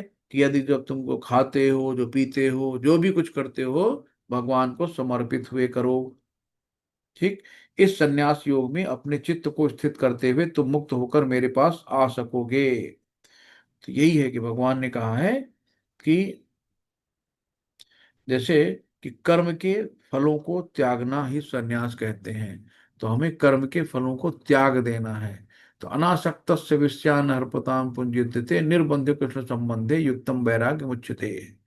तो जो हमें श्रील रूप गोस्वामी यहाँ बताते हैं भक्ति रसामृत सिंधु में कि जब हम इस जगत में हैं तब हमें कर्म करना पड़ता है। हम कर्म बंद करना बंद नहीं कर सकते, है ना। तो अतः यदि कर्म करके उसे फल कृष्ण को अर्पित कर दिए जाएं तो ये युक्त वैराग्य कहलाता है। निर्बंध कृष्ण संबंधे युक्तम वैराग्य मुच्यते। तो यही है। नेक्स्ट है समोहम सर्वभूतेषु न मे द्वेष्यति ना प्रिया ये भजन्ति तु मां भक्त्या मयि ते चेषु चाप्यहम्। शिल प्रभुपाद की जय। यानी भगवान कहते हैं, ना तो मैं किसी से द्वेष करता हूँ, ना किसी के साथ पक्षपात करता हूँ, मैं सबों के लिए संभाव हूँ। किंतु जो भी भक्त पूर्व मेरी सेवा करता है वो मेरा मित्र है, वो मुझ में स्थित रहता है और मैं भी उसका मित्र हूँ। भगवान यहाँ पे हमेशा याद रखो कि भक्ति पूर्वक भगवान कहते हैं, जो मेरी सेवा करता है वो मेरा मित्र है। तो जितने भी भगवान के प्रति भक्ति पूर्वक भावना रखते हैं, उनका नाम जपते हैं, तो सब भगवान के मित्र हैं। तो आप सोचो, भगवान आपका मित्र है तो आपसे बड़ा कौन हो सकता है? तो जिसका कोई प्रधानमंत्री या मुख्यमंत्री मित्र होता है तो कितना अपने आप में फूला नहीं समाता है। तो आपका तो स्वयं भगवान मित्र हो गए। तो ये भगवान कह रहे हैं कि मैं उसमें स्थित हूँ और मैं भी उसका मित्र हूँ। तो ये हमेशा याद रखिएगा। तो अनन्य भक्ति हमें भगवान की करनी है। अनन्य भक्ति मतलब कि किसी अन्य की भक्ति नहीं, सिर्फ कृष्ण की भक्ति करनी है और किसी और की नहीं, है ना। अपि चेत सुदुराचारो भजतो मामन्य भाग। अपि चेत सुदुराचारो भजतो मामन अन्यन्य भाग। साधुरेव समन्वन्त्यम, साधुरेव समन्तव्यम, सम्यम व्यसितो हित्सः। शिल प्रपात कीजिए, यदि कोई जघन्य से जघन्य कर्म करता है ना, जघन्य से जन्म, खतरनाक से खतरनाक कर्म करता है, किंतु यदि वो भक्ति में रत रहता है तो उसे साधु मानना चाहिए, क्योंकि वो अपने संकल्प में अडिग है, यानी कि भक्ति में है। तो यहाँ पे ये बताते हैं कि जब मनुष्य बद्ध रहता है, यानी कि दो प्रकार के कर्म होते हैं, प्रथम बद्ध और द्वितीय यानी स्वाभाविक। तो जिस प्रकार शरीर की रक्षा करने या समाज तथा राज्य के नियमों का पालन करने के लिए तरह तरह के कर्म करने होते हैं, उसी प्रकार बद्ध जीवन में प्रसंग में भक्तों के लिए कर्म होते हैं जो बद्ध कहलाते हैं। इनके अतिरिक्त जो जीव अपने आध्यात्मिक स्वभाव से पूर्णतः भिन्न रहता है और कृष्ण भावनामृत में भगवत भक्ति में लगा रहता है, उसके लिए भी कर्म होते हैं जो दिव्य कहलाते हैं। भगवान के लिए हम कर्म करते हैं, सब दिव्य कहलाते हैं। तो भक्त सतर्क रहता है कि वो ऐसा कोई कार्य ना करे जिससे ये अनुकूल स्थिति तंग भंग हो। वो जानता है कि उसकी कर्म सिद्धि उसके कृष्ण भावनामृत की अनुभूति की प्रगति पर निर्भर है। किंतु कभी कभी देखा गया है कि कृष्ण भावनामृत में रत व्यक्ति सामाजिक या राजनीतिक दृष्टि से निंदनीय कार्य कर बैठता है ना। भक्त से भी गलती हो सकती है, किंतु इस प्रकार के क्षणिक पतन से वो अयोग्य नहीं हो जाता। तो इतने सालों से भक्ति कर रहा है, थोड़ी अगर गलती हो गई तो उसका वो अयोग्य नहीं घोषित होगा। तो भागवतम में कहा गया है कि यदि कोई व्यक्ति पतित तो हो जाए, किंतु यदि भगवान की दिव्य सेवा में लगा रहे तो हृदय में वास करने वाले भगवान उसे शुद्ध कर देते हैं और वो निंदनीय कार्य के लिए क्षमा कर देते हैं। तो भौतिक कलमश इतना प्रबल है कि भगवान की सेवा में लगा योगी भी कभी कभी उसके जाल में आ फंसता है, यानी कि माया देवी कभी कभी उसको फंसा ही देती है। ये है। तो आकस्मिक पतन के कारण भक्त का उपहास नहीं किया जाना चाहिए, उसे तब भी साधु ही मानना चाहिए। ये यहाँ पे बताया गया। नेक्स्ट है, क्षिप्रम भवति धर्मात्मा सस्वच्छांति निगच्छति, कौन्तेय प्रतिजानी ही नामे भक्त प्रणश्यति। चलो प्रभात की जय। यानी कि वो तुरंत धर्मात्मा बन जाता है और स्थायी शांति को प्राप्त होता है। हे कुंती पुत्र, निडर होकर घोषणा कर दो कि मेरे भक्त का कभी विनाश नहीं होता, है ना। तो ये भक्त के द्वारा बुलवाया भगवान ने। भगवान स्वयं भी बोल सकते थे, लेकिन भक्तों का मान कभी नहीं टालते भगवान। अगर भक्त ने कोई बात बोल दी, अपनी बात भगवान एक बार टाल जाएंगे, चलो मैं, मेरी बात कोई मतलब नहीं है। लेकिन अगर भक्त ने कोई बात बोल दी तो भगवान उसको कभी टाल नहीं सकते। तो इसलिए जैसे भक्त प्रहलाद ने कहा कि हिरण्याकश्यप के खंभे में भगवान है, तो उसने कहा हाँ खंभे में भगवान है। तो भगवान खंभे से निकल के आए। भक्त ने कहा, भक्ति की बात कभी गलत नहीं होनी चाहिए। तो यहाँ का निडर होकर घोषणा कर दो कि मेरे भक्त का कभी विनाश नहीं होता। तो भगवान का भक्त है, उसका कभी विनाश नहीं होता है। तो यहाँ पे जैसे माउथ टू वर्ड एडवर्टाइजमेंट होता ना, तो वही भगवान कहते, कह दो, सबसे कह दो, है ना। तो निरंतर भगवान का चिंतन करते रहने से वह स्वतः स्वतः ही शुद्ध हो जाता है। अतः हरे कृष्ण कृष्ण कृष्ण हरे हरे, हरे राम राम राम हरे हरे, इस मंत्र का अनवरत जप करना चाहिए। यह भक्त को आकस्मिक पतन से बचाएगा। इस प्रकार वह समस्त भौतिक कर्मों से सदैव मुक्त रहेगा। हरि बोल। माहि पार्थ विपा माहि पार्थ विपाश्रित्य येपि स्वयं पापयोनयः, स्त्री वैश्यास्तथा शूद्रास्ते अपि यान्ति पराम गतिम। हे पार्थ, जो लोग मेरी शरण ग्रहण करते हैं, हम्म, वे भले ही निम्न जन्मा स्त्री, वैश्य, व्यापारी तथा शूद्र श्रमिक क्यों न हो, वे परम धाम को जाते हैं। तो भगवान भगवान ने कहा, हे पार्थ यानी अर्जुन, कि कोई भी हो, है ना, मेरी शरण ग्रहण करता है, यानी कि भगवान गुरु की शरण में जाओ, और गुरु ही भगवान से मिलाएंगे। जब भगवान की कृपा होती है तो गुरु मिलते हैं, और जब गुरु की कृपा होती है तो भगवान मिलते हैं। तो कोई भी हो, वो अगर भगवान की शरण ग्रहण करता है तो परम धाम को प्राप्त होता है। तो शुद्ध भक्त की शरण ग्रहण करके सामान्य से सामान्य व्यक्ति शुद्ध हो सकता है। तो भक्त का बहुत बड़ा भगवान ने मान रखा है कि शुद्ध भक्त की शरण ग्रहण करके सामान्य से सामान्य व्यक्ति शुद्ध हो सकता है। तो भक्ति योग इतना प्रबल है कि भगवत भक्त समस्त निम्न कुल वाले व्यक्तियों को जीवन की परम सिद्धि प्राप्त करा सकते हैं। ये तभी संभव है जब कोई कृष्ण की शरण में जाए, यानी कि मनुष्य को पूर्णतः कृष्ण की शरण ग्रहण करनी चाहिए। तब वो बड़े से बड़े ज्ञानी तथा योगी से भी महान भक्त बन सकता है। हरि बोल। तो तपस्या करने के लिए केवल ब्राह्मण और क्षत्रिय ही जाते हैं, बट भक्ति कहीं भी किसी भी स्थान पर की जा सकती है। भगवान की शरण जो भी ग्रहण करेगा वो परम धाम जाएगा, ये भगवान स्वयं कहते हैं। अब आगे भगवान ने क्लियर कर दिया है ना, कि इस दुनिया में आए हो किस लिए, मौज मस्ती के लिए नहीं आए हो। तो किम पुनर्ब्रह्माण पुण्या भक्त्या राजर्षि तथा अनित्यम सुखम लोकम यम प्राप्त भजस्य माम। फिर धर्मात्मा ब्राह्मणों, भक्तों तथा राजर्षियों के लिए तो क्या ही कहना। अतः इस क्षणिक दुख में संसार में आ जाने पर मेरी प्रेमा भक्ति में अपने आप को लगाओ। भगवान कहते हैं ना, प्रेमा भक्ति यानी कि वैष्णव बनो। प्रेम के साथ भक्ति करो। प्रेमा भक्ति मतलब प्रेम के साथ भक्ति। तो भगवान ने बार बार हर जगह कहा कि सबसे सरल है भक्ति। तो भगवान इस संसार को क्षणिक सुख तथा दुख में घोषित कर रहे हैं। और भगवत गीता से हम जान सकते हैं कि संसार मिथ्या नहीं है, ये अनित्य है। बहुत लोग कहते हैं सब मिथ्या है, तो भगवान ने यहाँ पे बहुत अच्छा कहा कि संसार मिथ्या नहीं है, किंतु ये अनित्य है। तो अनित्य तथा मिथ्या में अंतर है। ये संसार अनित्य है, किंतु एक दूसरा भी संसार है जो नित्य है। ये संसार दुखमय है, किंतु दूसरा संसार नित्य तथा आनंदमय है। आध्यात्मिक जगत की बात कर रहे हैं। तो मेरी, भगवान कहते हैं ना, कि मेरी सेवा करो और शीघ्र ही मेरे धाम को प्राप्त करो। है मन मना भव मत भक्तो मद्याजी मा नमस्कुरु। तो भगवत भक्ति एक ही मात्र ऐसी विधि है जिसके द्वारा सभी वर्गों की लोगों की सारी समस्याएं सुलझाई जा सकती हैं। अतः प्रत्येक व्यक्ति को कृष्ण भावनामृत स्वीकार करके अपने जीवन को सफल बनाना है। तो हमें क्या करना है, भगवान का ये देखो श्लोक आ ही गया कि इस एक ही श्लोक में, ये 34 श्लोक है जिसमें पूरा गीता का सार आ जाता है। तो 9th श्लोक का आखिरी श्लोक है। भगवान यहाँ पे क्या कहते हैं, और ये 2 बार आया है, मन मना भो मद भक्त्यो मध्य जीवन अनुस्कुरुत। एक बार यहाँ पे आया है 9th श्लोक का 34 श्लोक है, और एक बार कहाँ आया है 18 श्लोक में 65 श्लोक है ये। 18 अध्याय का 65वां श्लोक, वहां भी मन मना भो मद भक्त्यो मध्य जीवन नमस्कुर आया है।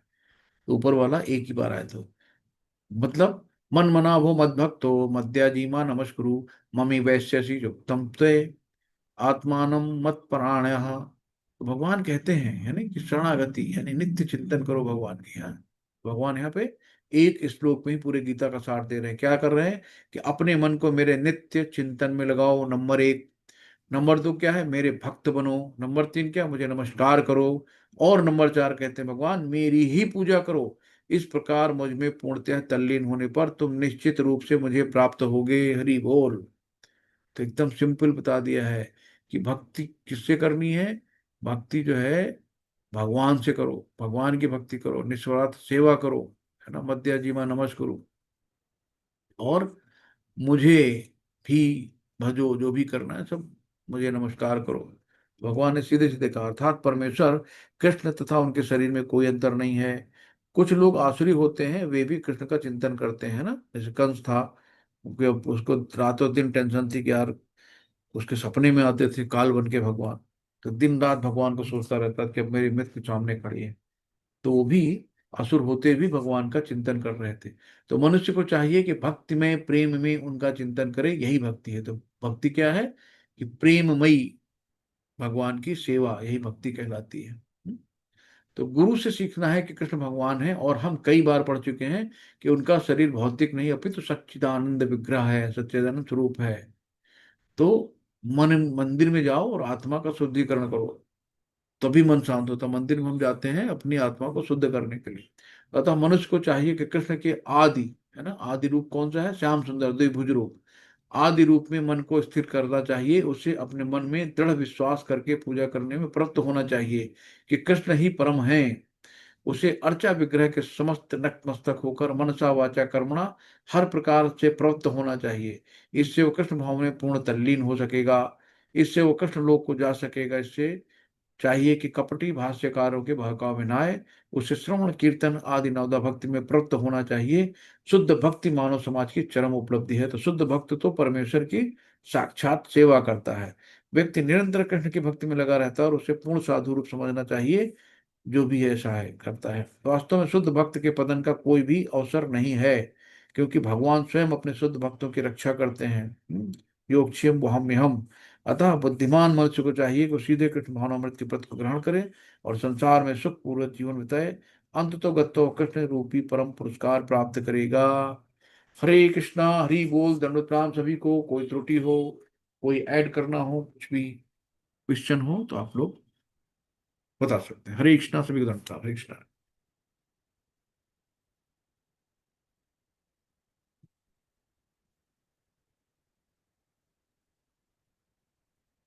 किसी को कुछ ऐड करना हो, कोई क्वेश्चन हो। हरे कृष्णा। वांछा कल्पतरुभेक्षा कृपा सिंधु एव च पतितानाम पावनेभ्यो वैष्णवभ्यो नमो नमः। अनंत कोटि वैष्णववृंद की जय, शिल प्रभुपाद की जय, गुरु महाराज जी की जय, सभी भक्तों की जय हो। हरे कृष्णा सभी को धन्यवाद प्रणाम। हरे कृष्णा। आज का चैप्टर कैसा लगा? हरे कृष्णा। सब लोग म्यूट है क्या? अनम्यूट का ऑप्शन है? हरे कृष्णा। सो गए सभी लोग, हरे कितना है? कृष्णा प्रभु जी। हरे कृष्णा, हरे बहुत ही बढ़िया। कृष्णा। बहुत ही हरे कृष्णा बढ़िया। प्रभु जी, बहुत अच्छा लगा। ये क्लास एकदम सन्नाटा है, सब लोग सो गए क्या? नहीं नहीं प्रभु जी, एक आप जो बीएमडब्ल्यू बोल रहे हो मनसा वाचा करना, वो कैसे हुआ? बॉडी, मतलब शॉर्ट फॉर्म में। माइंड और वर्ड, है ना। बॉडी, अच्छा, बॉडी माइंड और वर्ड। है ना, तो शॉर्ट में याद रखो। ठीक है। हमें भक्ति करनी है बीएमडब्ल्यू। ठीक है, और एक चीज और पूछनी थी। जैसे कि अब हमारा नेचर, मतलब बाय बर्थ, जब तक हमें गीता का ज्ञान नहीं था, जब तक हम्म। हम भगवान से इतने ज्यादा इंट्रोड्यूस नहीं हुए थे अपनी लाइफ में, और मतलब अपने हिसाब किताब से लाइफ जी रहे थे। अब जब से आपके साथ जुड़े हैं, और मतलब काफी चीजें सीखने को और समझने को मिले कि हमने, अब फिल्टर हो रहा है कि हमने क्या क्या गलतियां की है और हम कितने मूर्ख थे, मतलब हम लोग ये चीजें समझ नहीं रहे थे। तो मैं ये पूछना चाह रही हूँ कि जैसे अब हमारा नेचर है, अब मान लीजिए कि आपने कहा है कि हमें किसी से ईर्ष्या नहीं करनी, जो कि वो भगवान के ज्यादा अप्रिय हो जाते हैं, ठीक है। ईर्ष्या नहीं कर रहे, लेकिन मान लीजिए कि हम रहते तो संसारिक वातावरण में है, तो जब हम आप जैसे भक्तों से बात करते हैं तो हम एक अलग से आध्यात्मिक दुनिया में होते हैं और बहुत ही पॉजिटिव वाइब्स होते हैं। बट जब ये चैप्टर खत्म होके इससे हट के हम वापस संसारिक में जाते हैं ना, तो सर हमारे आसपास ना कुछ लोग ऐसे होते हैं, कुछ वाइब्स ऐसी होती है। अगर हमको पता है कि सामने वाले से मतलब मुझे डिस्टेंस बनाना है क्योंकि उसकी अभद्र भाषा है, जी जी। उसने मुझे अपने कानों को अभद्रता नहीं सुनानी, और उसकी संगति में रहकर मेरे मुंह से कुछ गलत निकल सकता है, जबकि मेरे नाम जुबान से कृष्ण जी का नाम जाप चलता है, तो मेरी जुबान को गलत नहीं करना चाहती। जब तक अज्ञानी थी, जब तक मुझसे ये गलती अनजाने में हो रही थी। अब जी जब मुझे सब चीजों का ज्ञान है, तो मैं भगवान का ये सब, तो सर उसमें ईर्ष्या तो नहीं मानी जाएगी। मान लीजिए अब उस बंदे से हम कट रहे हैं, जो भी सामने वाली पर्सनैलिटी है, उससे हम कट रहे हैं क्योंकि उस हमारे सामने उसने भगवान को गालियां भी दी है, भगवान को गलत भी बोला है, और मतलब हर बात पे अब्यूज भी बोल रहा है। तो मतलब अच्छा नहीं लगता अगर उनके साथ उठना बैठना हो ऑफिस के माहौल पे। तो हम्म। हम डिस्टेंस बना रहे हैं, तो उसको ईर्ष्या कहेंगे सर? नहीं नहीं, इसको ईर्ष्या नहीं कहेंगे। यहाँ तो कहा गया कि जो भगवान को गाली देता, भगवान से ईर्ष्या करता है, या तो उसको मार दो, या खुद मर जाओ, या फिर कुछ नहीं कर सकते तो वहां से हट जाओ, है ना। तो मतलब इतनी बात कही गई कि सर आप, इसमें ईगो तो नहीं आती ना, हमारी नहीं नहीं, ईगो कोई तो को नहीं नहीं आ रही ना? होगा। आप मतलब भाई, या तो उससे सक्षम हो कि उसको वहीं कूट दो अगर भगवान की बात कर रहा है, सक्षम नहीं हो तो वहां से अपने आप को चुपचाप हटा लो, है ना। भगवान के बारे में एक कान में हमारे बुरे शब्द नहीं जाने चाहिए। तो इसमें ईर्ष्या कोई मतलब ही नहीं हुआ ना, कि भाई हम किसी से प्रेम करते हैं, किसी को हम सम्मान देते हैं, किसी को मान देते हैं, हम उसके बारे में कैसे गलत सुन सकते हैं। तो आदमी को अगर भाई, आप सोचो, आप जिसको बहुत ज्यादा चाहती हो, उसके बारे में कोई अनाप शनाप बोलेगा तो आप क्या करोगे? उसको पकड़ के वहीं पे आप ये चार बातें कह के उसको मारना शुरू कर दोगे, कैसे बोल कैसे दिया, है ना। तो इस तरीके से है कि हम अगर उस नहीं कर सकते हैं, तो हमें वहां से हट जाना चाहिए। अभक्तों को कभी ज्ञान मत दो। भगवान ने अगर कहा है तो अभक्त है तो उसकी कोई बात ही नहीं करो उसको। जब आप उसको ज्ञान देने लगो तो आपको, आपके सामने वो भगवान को गाली देने लगे, कुछ भी करेगा। तो आप उसको छेड़ो नहीं उससे में, है ना, वो जैसा है उसको ऐसे ही रहने दो। तो अधर्मी है। ठीक है। तो मैंने तो क्या किया है कि जो मुझे वाइब्स अच्छे नहीं आते, आज की डेट में मैंने अपने आप को बहुत ना, वो कछुए के जैसे ना समेट लिया है। पहले मैं बहुत फैला के रख रही थी अपने आप को। नहीं अब धीरे बिल्कुल। धीरे मैं कछुए के जैसे समेटती जा रही हूँ। और मैंने बहुत हद तक अपने आप को अकेला करके सिर्फ भगवान का नाम, अपना ऑफिस का कर्म, भगवान बस का नाम, ऑफिस का कर्म, बस। इससे बस। ज्यादा मैं किसी से मेलचाल नहीं रखती। तो लोगों को लगता है मेरे अंदर एक ईगोइस्टिक प्रॉब्लम आ गई है, मैं बहुत ईगोइस्ट हो गई हूँ या कुछ बस कोई अलग ही हो गई हूँ। कोई कुछ कहे तो उससे सीधे बोलो हरे कृष्णा। तो जब जब आप हरे कृष्णा बोल दोगे उनकी बातों को, कुछ भी कहेंगे, तो खुद ही जान जाएंगे भी कृष्ण के भक्त हो गई हैं। तो इनके मन में कृष्ण ही है, बाकी कुछ भी नहीं है ना। तो इसमें हमारे मन को शांति मिलती, कोई कुछ भी सोचे उससे मतलब नहीं है। तो हमें अच्छा लगता है, हमें भगवान के साथ रहना अच्छा लगता है, भगवान से बातें करना अच्छा लगता है, हम उसी में खुश हैं। तो जो परमानेंट होता है ना, कि अभी अपने मायके ससुराल जाना होता है तो 2-4 दिन से पहले टैची तैयार होने लगती। लेकिन जहां जाना है परमानेंट, जहां से लौट के नहीं आना है, बाकी तो टेम्परेरी, मायके गई लौट के आओगी, ससुराल गई लौट के आओगी। लेकिन जहां परमानेंट जाना, वहां की क्या तैयारी है ना। तो वहां की हम लोग तैयारी कर रहे हैं कि हमें जहाँ, हम अपने घर से यहाँ पे बिछड़ के आए हैं अपने माता पिता से, तो यह तो टेम्परेरी है। तो यहाँ पे हमें भगवान ने फिर से हमारी जो गलतियां हैं, भूल सुधार हैं, उनको हमें सुधारने के लिए भेजा। फिर यहाँ पे हम अपनी इंद्र तृप्ति, अपने सुख, अपने वैभव, अपने नाम, उसमें लगे रहें, कोई मतलब ही नहीं ना। फिर हमें अगला जन्म लेना पड़ेगा। तो बड़े भाग्य मानुष तन पाएगा, बड़े भाग्य से तो मनुष्य का शरीर मिला है। और फिर हम वही 84 लाख योनियों में फिर से गुजरेंगे, फिर कब मनुष्य का जन्म मिलेगा, फिर कब हम अपनी गलतियों को सुधारेंगे। ये मौका मिले ना मिले, है ना, ज्ञान मिले ना मिले, इतनी उम्र के बाद आने पे तो ज्ञान मिला है, अगला पता नहीं कैसे क्या होगा। तो इसलिए जो मिला उसको सुधार लो। तो जरूरी नहीं कि मैं एक जन्म में ही सारी सुधार के चले जाएंगे, हो सकता है मुझे और जन्म लेना पड़े, है ना। तो इसलिए आप लग जाओ बस भगवान के भजन में, अनन्य भक्ति, हरे अनन्य, इसके अलावा कोई नहीं। हरे कृष्णा जी माता जी। हरे थैंक यू माता जी। हरे और कृष्ण जी। हरे कृष्णा श्याम प्रभु जी, हरे कृष्णा।